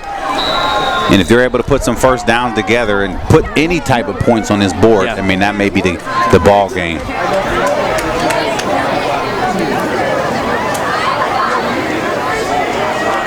And off the right side, Bartuso stopped for no gain on the play this time. It was lose a yard. 3rd and 6. Diego Lopez on the tackle. Lopez making a stop for the Ironmen. Loss of 1 yard. Third down and 6 now. 10 minutes to play here in the fourth quarter. 8-0 South Park. They've got the safety to open up on the opening drive and a touchdown, and they missed the extra point. That's really kept this game interesting. Back to pass. And Sholey going to let it fly, and it goes right through the hands of Ryan Mino. Number 10. Ball's incomplete. And it will be fourth down, and again, this defense just keeps, every time South Park has a chance to close this door here, the Steel Valley defense just doesn't have any of them. Man, they're playing, both defense are playing great. It's just a matter of, okay, which team is going to open up with the big play right now. I mean, I can't even say South Park opened up with the big play now in offense, but they did block a punt, so that is a big play on that end. Well, here's the punt, and they misjudged this punt, and this is going to be very unfortunate for Steel Valley. It's going to roll dead at the 10 down to the 9-yard line. And that was just a misjudging the punt. They would have had the football at about the 22. Well, that's the second time that he did it because he muffed the first punt. They called it a touching, and South Park was able to recover. And here you have a missed opportunity, and he allows the ball to roll, and they lost 10 to 15 yards on that play. 48-yard punt. And it's really been a story of struggling to score the last 4 weeks for Steel Valley. In the last 4 weeks, they've scored a total of 35 points. 14 last week, and then 7 in every week prior to. So they haven't scored more than a touchdown only once in the last 4 weeks. And a handoff, it's Murray. Through the middle. Trying to give Steel Valley some breathing room up to the 16-yard line. Game 6. 15.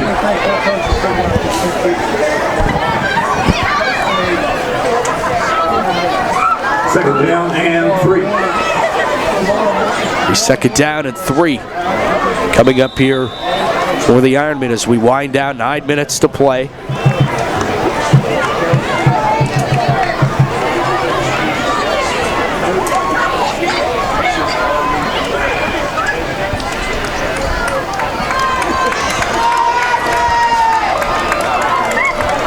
Stevens under center.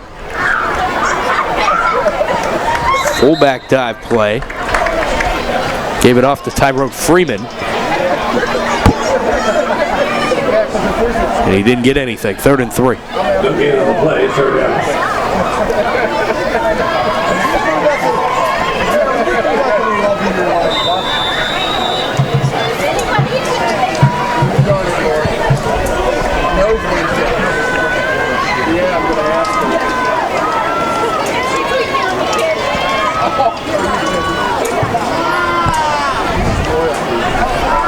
High formation for Stevens. Back to pass. Will throw, and it's intercepted. On the far side, jumping the route, was Sterling Dodson, the senior. Coming up and making a huge interception. The last time South Park had this good field position, they were able to put in the game's only touchdown. And if Steel Valley can come up with another big stop, this is the time they need to. This is the time that they need to, and you talked about it before, South Park being able to put the ball in the end zone on that possession, and they ran a lot of read option, and let's see if they go back to that particular play because it had a lot of success as they entered the red zone. 1st and 10 from the 19-yard line. They bottle up. Sholey on the keeper. No gain on the play defensively. Shane King making the stop. Stop by King for the Army.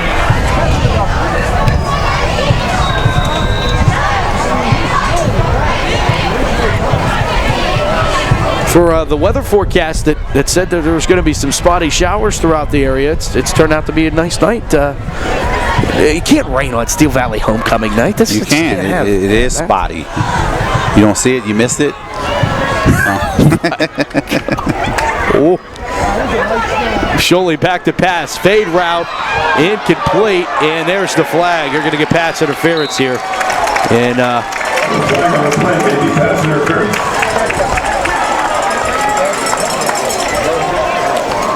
they really tested that freshman, and he made one grab of the jersey, and he's going to get called for it.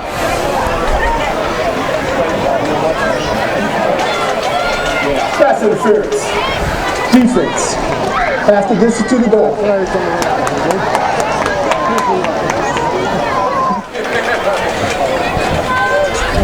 I turned it on early and didn't hear anything. He's doing a good job of not just turning it on when he wants to be heard. He has to eavesdrop on their conversation. Yeah. Turn it on now. Let's see what he says. First down.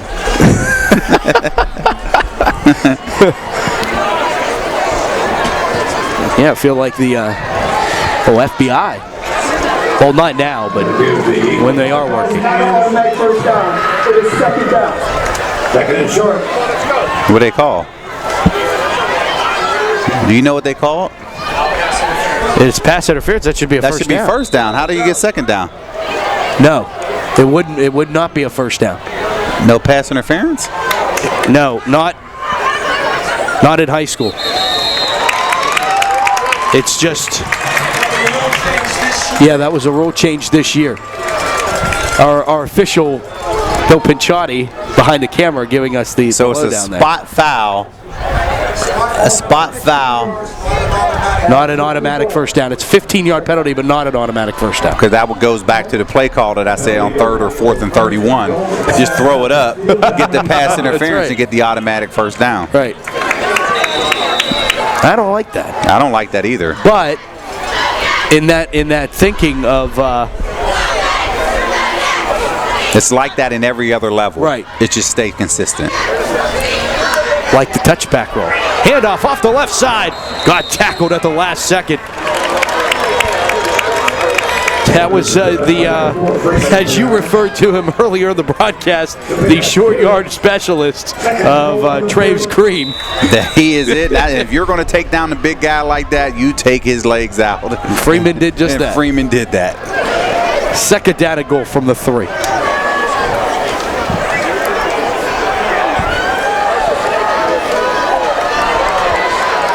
Second and 3.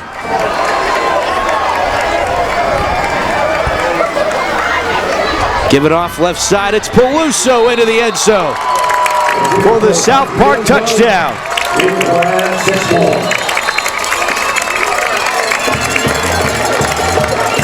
And the Eagles punch it in with 6:25 to play in the fourth quarter.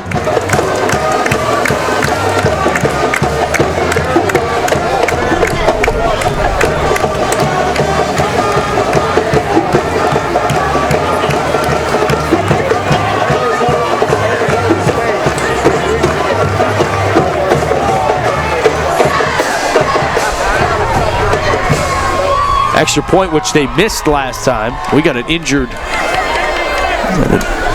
Eagle? Yes.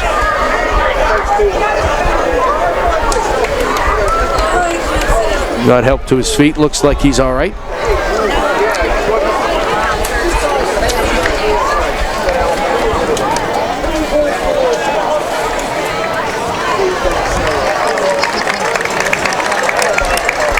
Stephon Savick, the injured Eagle.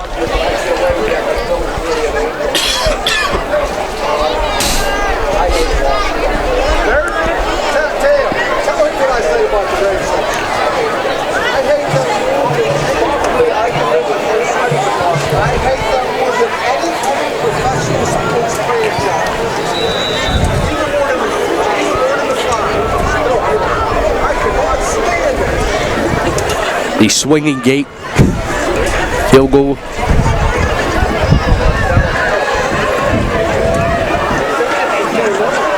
Mino's kick. This one is good. 6:25 to play in the fourth quarter, and it is South Park 15, Steel Valley nothing in our Panera Bread Bowl game of the week. This is tough to watch. I can tell. It really is. I can tell. Well, maybe to make you feel better, I was told by a very important person who I would never not do anything that she told me to do, her mother. She told me to give a shout out to the little Steel Valley Ironmen who are undefeated headed into the playoffs. And she wants me to come and broadcast one of their games. That would be great. My brother coaches that team, and they've been solid. He has a solid termite team as he's rebuilding that program at the Little League level, and he's really doing a great job. Vernon is down there, has his team 7-0 right now. And my nephew, little Vernon Settles, he actually is quarterbacking that team. And he's out there throwing passes back and forth, and it's exciting to watch him play, and he's out there having fun. And they have a big game coming up this weekend against Penn Trafford, and that will determine pretty much who wins the section, and then at that point, how the playoff formats will go heading into the next couple of weeks. But it's exciting as he has that team rolling. I think we're going to come to a playoff game. It'll be fun. Yeah, that'll be fun. Return to the far side, 30, 35. Across the 40-yard line and all the way over the 45 up to the 48. On the return, Tyrone Freeman. So 6:17 to play, 3 timeouts. We saw a very interesting and a very quick scoring drive for North Allegheny to make it one possession at when they were down 2 last week. Have some faith, Charlie. Have some faith, and they need a quick hit and play, and maybe, hey, you never know if they can get in the end zone here quickly and allow themselves some time. But the way that this offense, if they don't spread it out, there's no way that they can turn around and make it happen.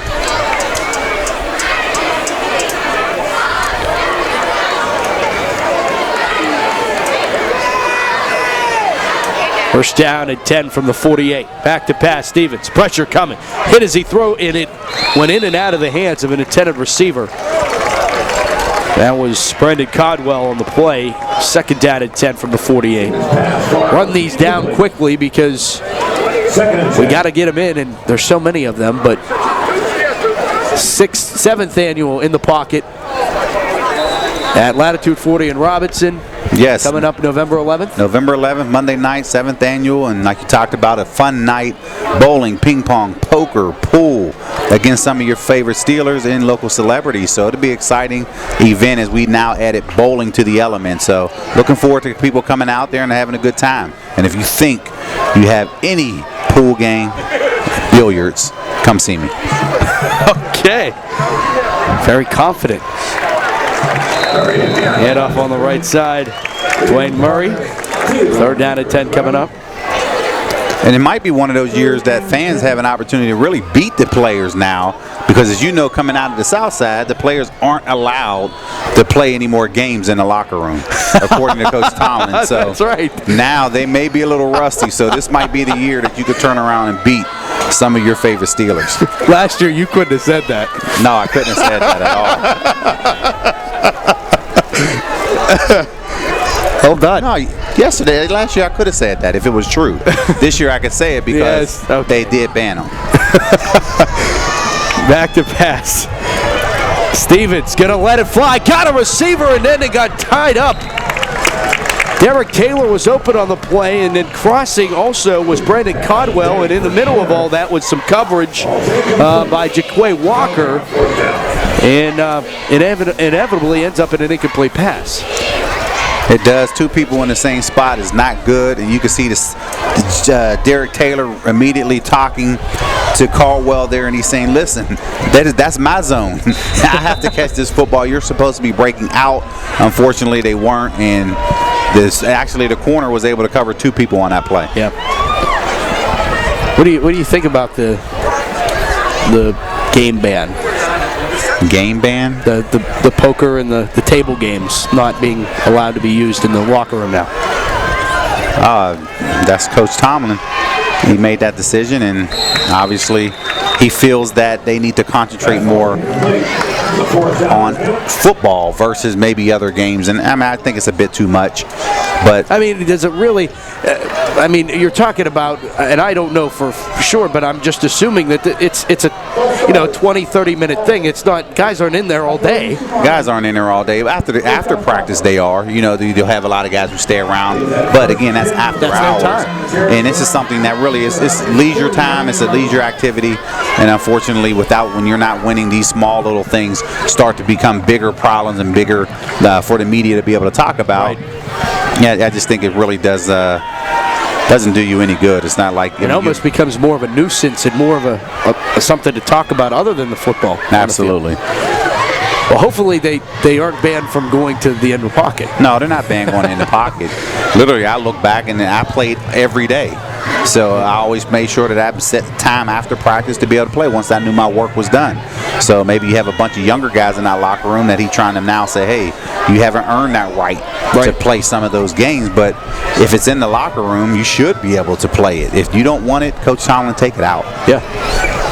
You can hear more on Charlie's thoughts around the Pittsburgh Steelers on the Charlie Batch Show on Mondays on Sports or News Talk 104.7 and also on the DVE Steelers pregame show. Yes, Steelers DVE pregame show, and then actually the DVE on Tuesday morning. So you get a chance to hear me 3 times during the course of a week. And 4 if you count champs. Yes. Out there. All started here, right? All started here. Okay, just checking.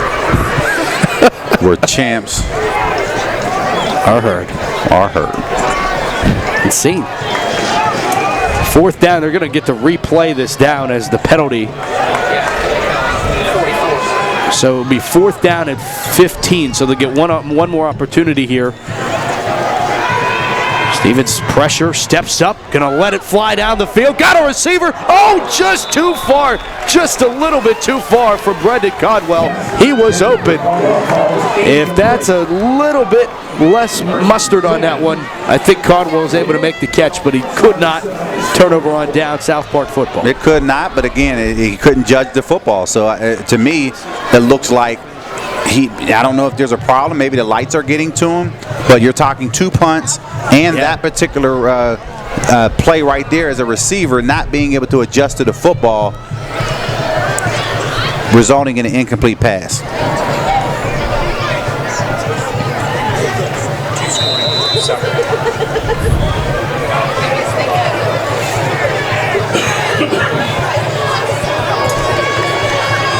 First down at 10 from the 44. Rolling here to the near side. It's taken off as Sholey, cutting back. Got the 35. Spins off a man at the 30, down to the 25. And it's Sholey. Sholey finds his way down to the field underneath. Hakeem Muhammad on the tackle, but we got a flag. There's a hold. So getting a little here. Coming back. Hold offense. 10-yard penalty. First down. I never seen him throw it. I was watching it. I'm not gonna go too long with that. That's just asking for trouble. Hey, I don't think they had that here, so the fans are appreciating the fact that they can hear the referee talk when he's explaining what the penalty is. That's impressive, Matt. Thank you for bringing that to William V. Campbell A. Field. I'm here. Do what I can. First down at 20 from the 45-yard line. Under 5 to play. 15-0 South Park. Sholey will take off and running with it again and pick up 2 yards. Sholey picks up there. Yeah, do you ever sleep? I try to. Ripping and running all the time. I tell you. I mean, that's why between you and Tasha, you guys are just everywhere. 6 to 8 hours of sleep a night. That's what's recommended. Okay.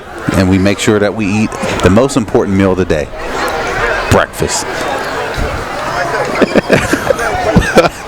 All right. That's for all the kids listening. They need to know. You're not a doctor, and you're playing one on champs here. But I did stay at a Holiday Inn Express. Well played. 2nd and 18. Sholey will roll here, and I think this is just going to be the key the rest of the way. Sholey, nice tackle there, but Sholey picking up good yardage on the 3rd down run. Inside, yeah. Sholey pulls up by Muhammad. Is that Muhammad down? Yep. Freshman's played well. He has played well. And when you sit back and you have quarterback that's sitting there at 200 pounds running into what Muhammad is, I mean, that's tough. And hopefully he's able to bounce back up. And I think this has been really the struggle. Was more of an attrition thing now for Steel Valley. You take a look at the roster that was when they came in, and there's a lot of red X's across some players' names. And just take a look at the near sideline and look at the far sideline, and the numbers are just not there. But the enrollment at Steel Valley really hasn't changed. It's just getting the kids to come out and play the game. And what do you think can be done to get those numbers back up? I don't know. I mean, that started with 40 players at the beginning of the year. For one reason or another, I don't think everyone who's not playing was academically ineligible. I just need to figure out, okay, what is the real problem? You need to get these kids motivated to want to come out and play. What does that entail? I don't know. But communication has to be key in order to get these kids to come out and participate in football, because that's sad when you have South Park sitting here with at least 25 players more than what Steel Valley has on their sideline. 3rd and 3 from the 37.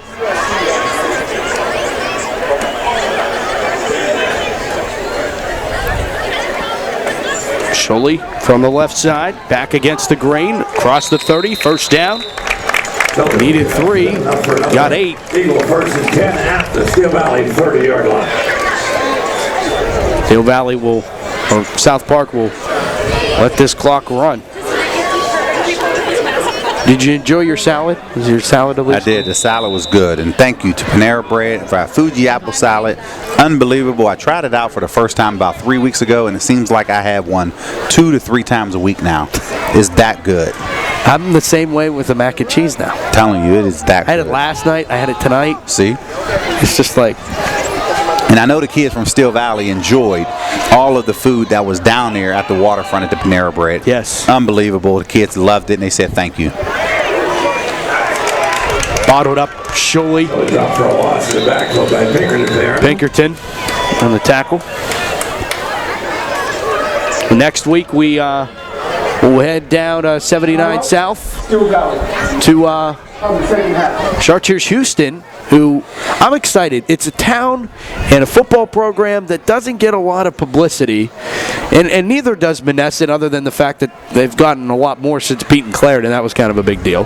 But Monessen, Chartiers Houston, I'm excited for a single-A matchup like that. It is, and this is one of these games. If you're Monessen, you're sitting back, you're riding high, things are going well, then it's a trap game. You go down to Chartiers Houston, you don't really know what to expect. I mean, you don't know, which team you're going to get, but one thing or another, you're going to get a tough Chartiers Valley team, knowing Chance Sports has picked you as game of the week. They're going to be they're going to be excited. The fans will be excited, and that's going to be a hostile environment for Monessen to walk into. Yeah, it should be interesting for sure, and one of the rare single-A fields that has turf. So, pretty nice facility down there, Chartiers Houston. And then we'll end our regular season coverage with a game that looks like it's going to end up 2 undefeated teams. It's going to be exactly the way we want it to end the season. A game that's going to crown a section champion. Thomas Jefferson headed to West Mifflin, the shadow of Kennywood Park. There you go. And that's always a great game, because they know this is going to come down to the sections, and like you said, we picked them. Everyone else expected to be there, so you're going to have a packed house in about 2 weeks.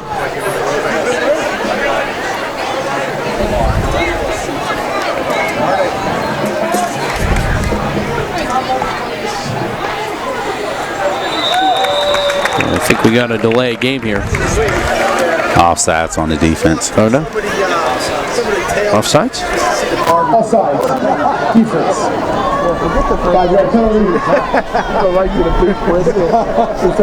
I'm with you.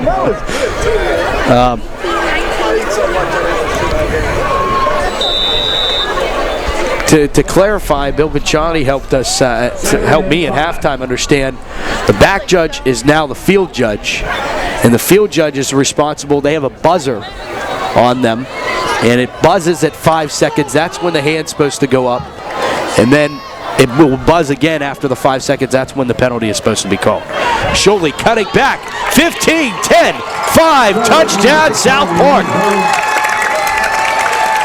Sholey from 26 yards away for the South Park touchdown. It's Nick Sholey, the junior, for another touchdown. You can see that was just from South Park wearing down that Steel Valley defense and running out of gas, and he was able to run right into the end zone, and that pretty much seals the deal for South Park, as they were able to really come on the road, put a drive together in this fourth quarter, ate up some clock along the way, and able to put 6 points on the board. Hats off to the Eagles from South Park.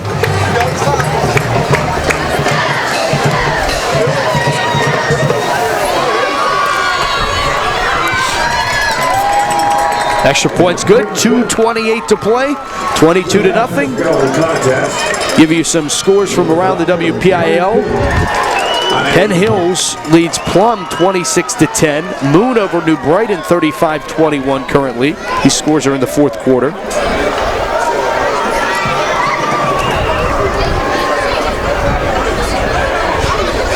I knew Central Catholic was well ahead of 27-0 is the last update I have over North Allegheny, Central Catholic. Just shows you they're really setting themselves apart from everybody. Right. That's what you wanted. And you can see they were really playing well, starting to come into their own when we saw them at North Hills, and they have taken off from here. Beaver Falls beats Freedom 51-6. That's a final.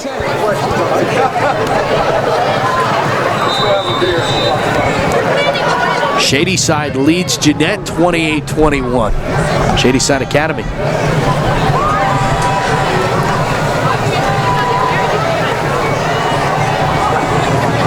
Well,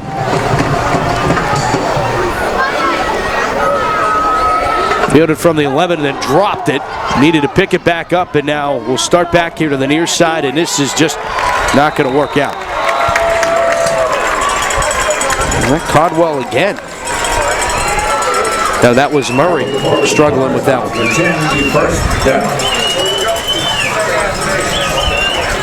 Well, I know you've been interested in the Prixies without Shy McKenzie. Well, it's the first time they're going to get tripped up. They lose 47-22 to Mount Pleasant tonight. Mount Pleasant undefeated. Oh, wow, I didn't know that. Creeping on very, up. Very. I mean, they're a double-A team, and nobody is talking about them. Not at all.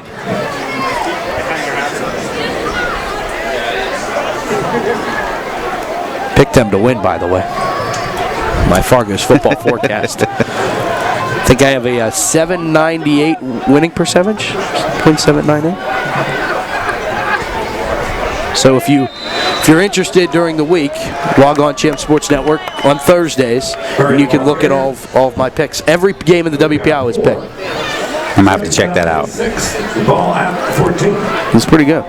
That's why you're the expert. Yeah, my useful talent of picking WPIO football.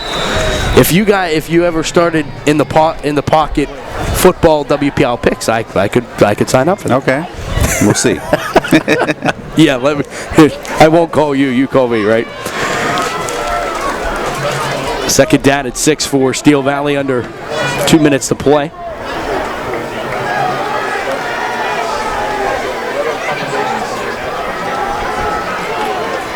Murray off the left side.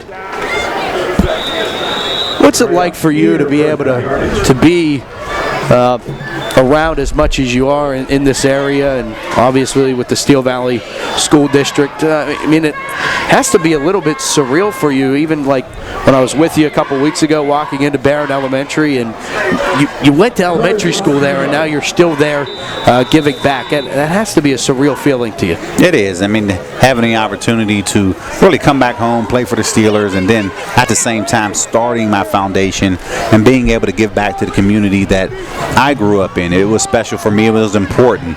And being able to now do that as consistently as we've been able to do over the last 13 years, it's just beautiful. And I don't do this by myself and without the help of our team and everyone in the community that makes this thing happen, because they believe in everything that we're trying to do. And it's just special because they believe in the Batch Foundation. It just really goes a long way. And, you know, my name is the one that gets all the recognition. But, I don't do this by myself, and I can't. And it's just special to really be able to go out there and now try to create more opportunities than what these kids currently have. And it's just a beautiful thing to see those smiles on the kids' faces.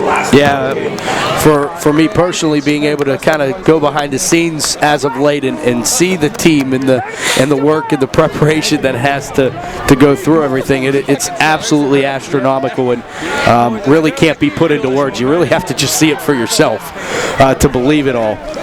Throw is going to be intercepted here, and at the 20. This is going to be the last play, and he's going to be tackled. Intercepted, though. It won't be the last play now.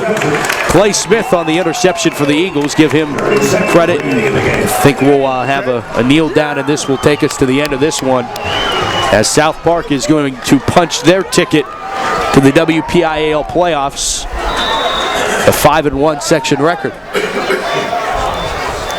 I'd like to remind you this gentleman, the Ironmen Marching Band, who present their halftime show following tonight's contest.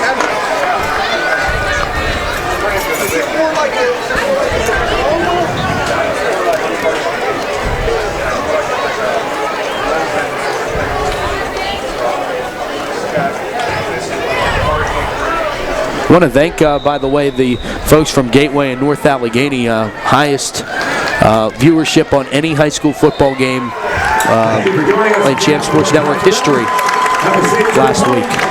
That's all because you showed up. Matt, I told you, you make things happen. Not even, you know what? Tell me your slogan. Say your slogan. Champ Sports is what? Where champions are heard. And they make it happen. You need to add that element too. Champ Sports makes it happen. You make it happen. Champions play here. Final score this evening in our Panera Bread Bowl. South Park defeats Steel Valley 22-0.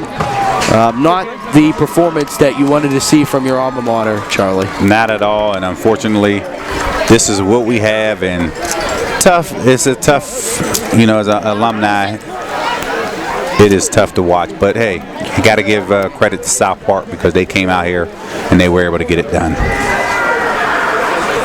Scoring drives for South Park of 79, 19, and 44. That really dominated this performance. 2 touchdowns by Sholey, able to give the Eagles and put them into the postseason. That was important. They needed to get in, and they needed to get this win here tonight. They were able to come out. This was, I think, in a lot of ways, a possible trap game, and there's a lot to work on for South Park headed into the playoffs. They gave Steel Valley a lot of opportunities. They're just fortunate Steel Valley wasn't able to capitalize on them. Exactly. They turned the ball over 5 times, but they were, again, on their side, they were able to create some turnovers as well. And you have to give credit to South Park because they were able to hang in there and get it done when at times their back was against the wall. And I'm going to point this out here. You're saying I'm making it happen. Well, just as much as you credit that, your name's out there and your name gets all the credit, my team with John Rubino, Bill Picciotti, Al Lesh making me sound good over here and making me think, people think that I know what I'm talking about. It's Al Lesh, actually. So my team just as much as your team. This does not happen without the team efforts. It's not you or I. It's definitely the team that comes together and makes these bread bowls happen.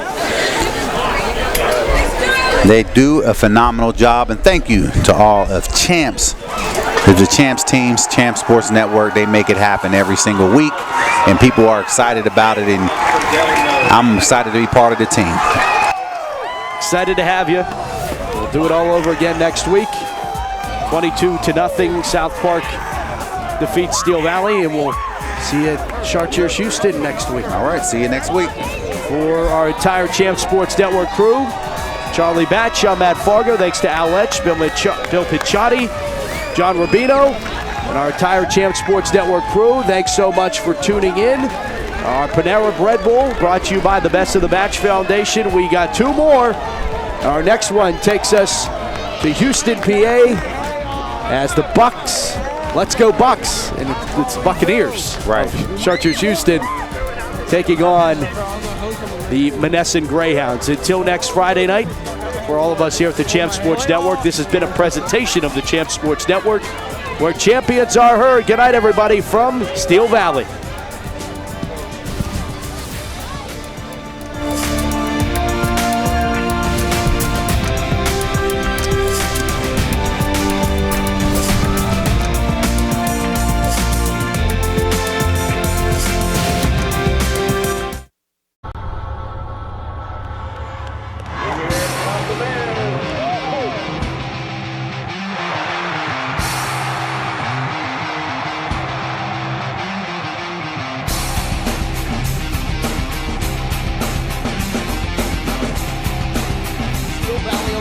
Charlie Batch joining us for the broadcast of baseball. Thanks for joining us. This should be a good one.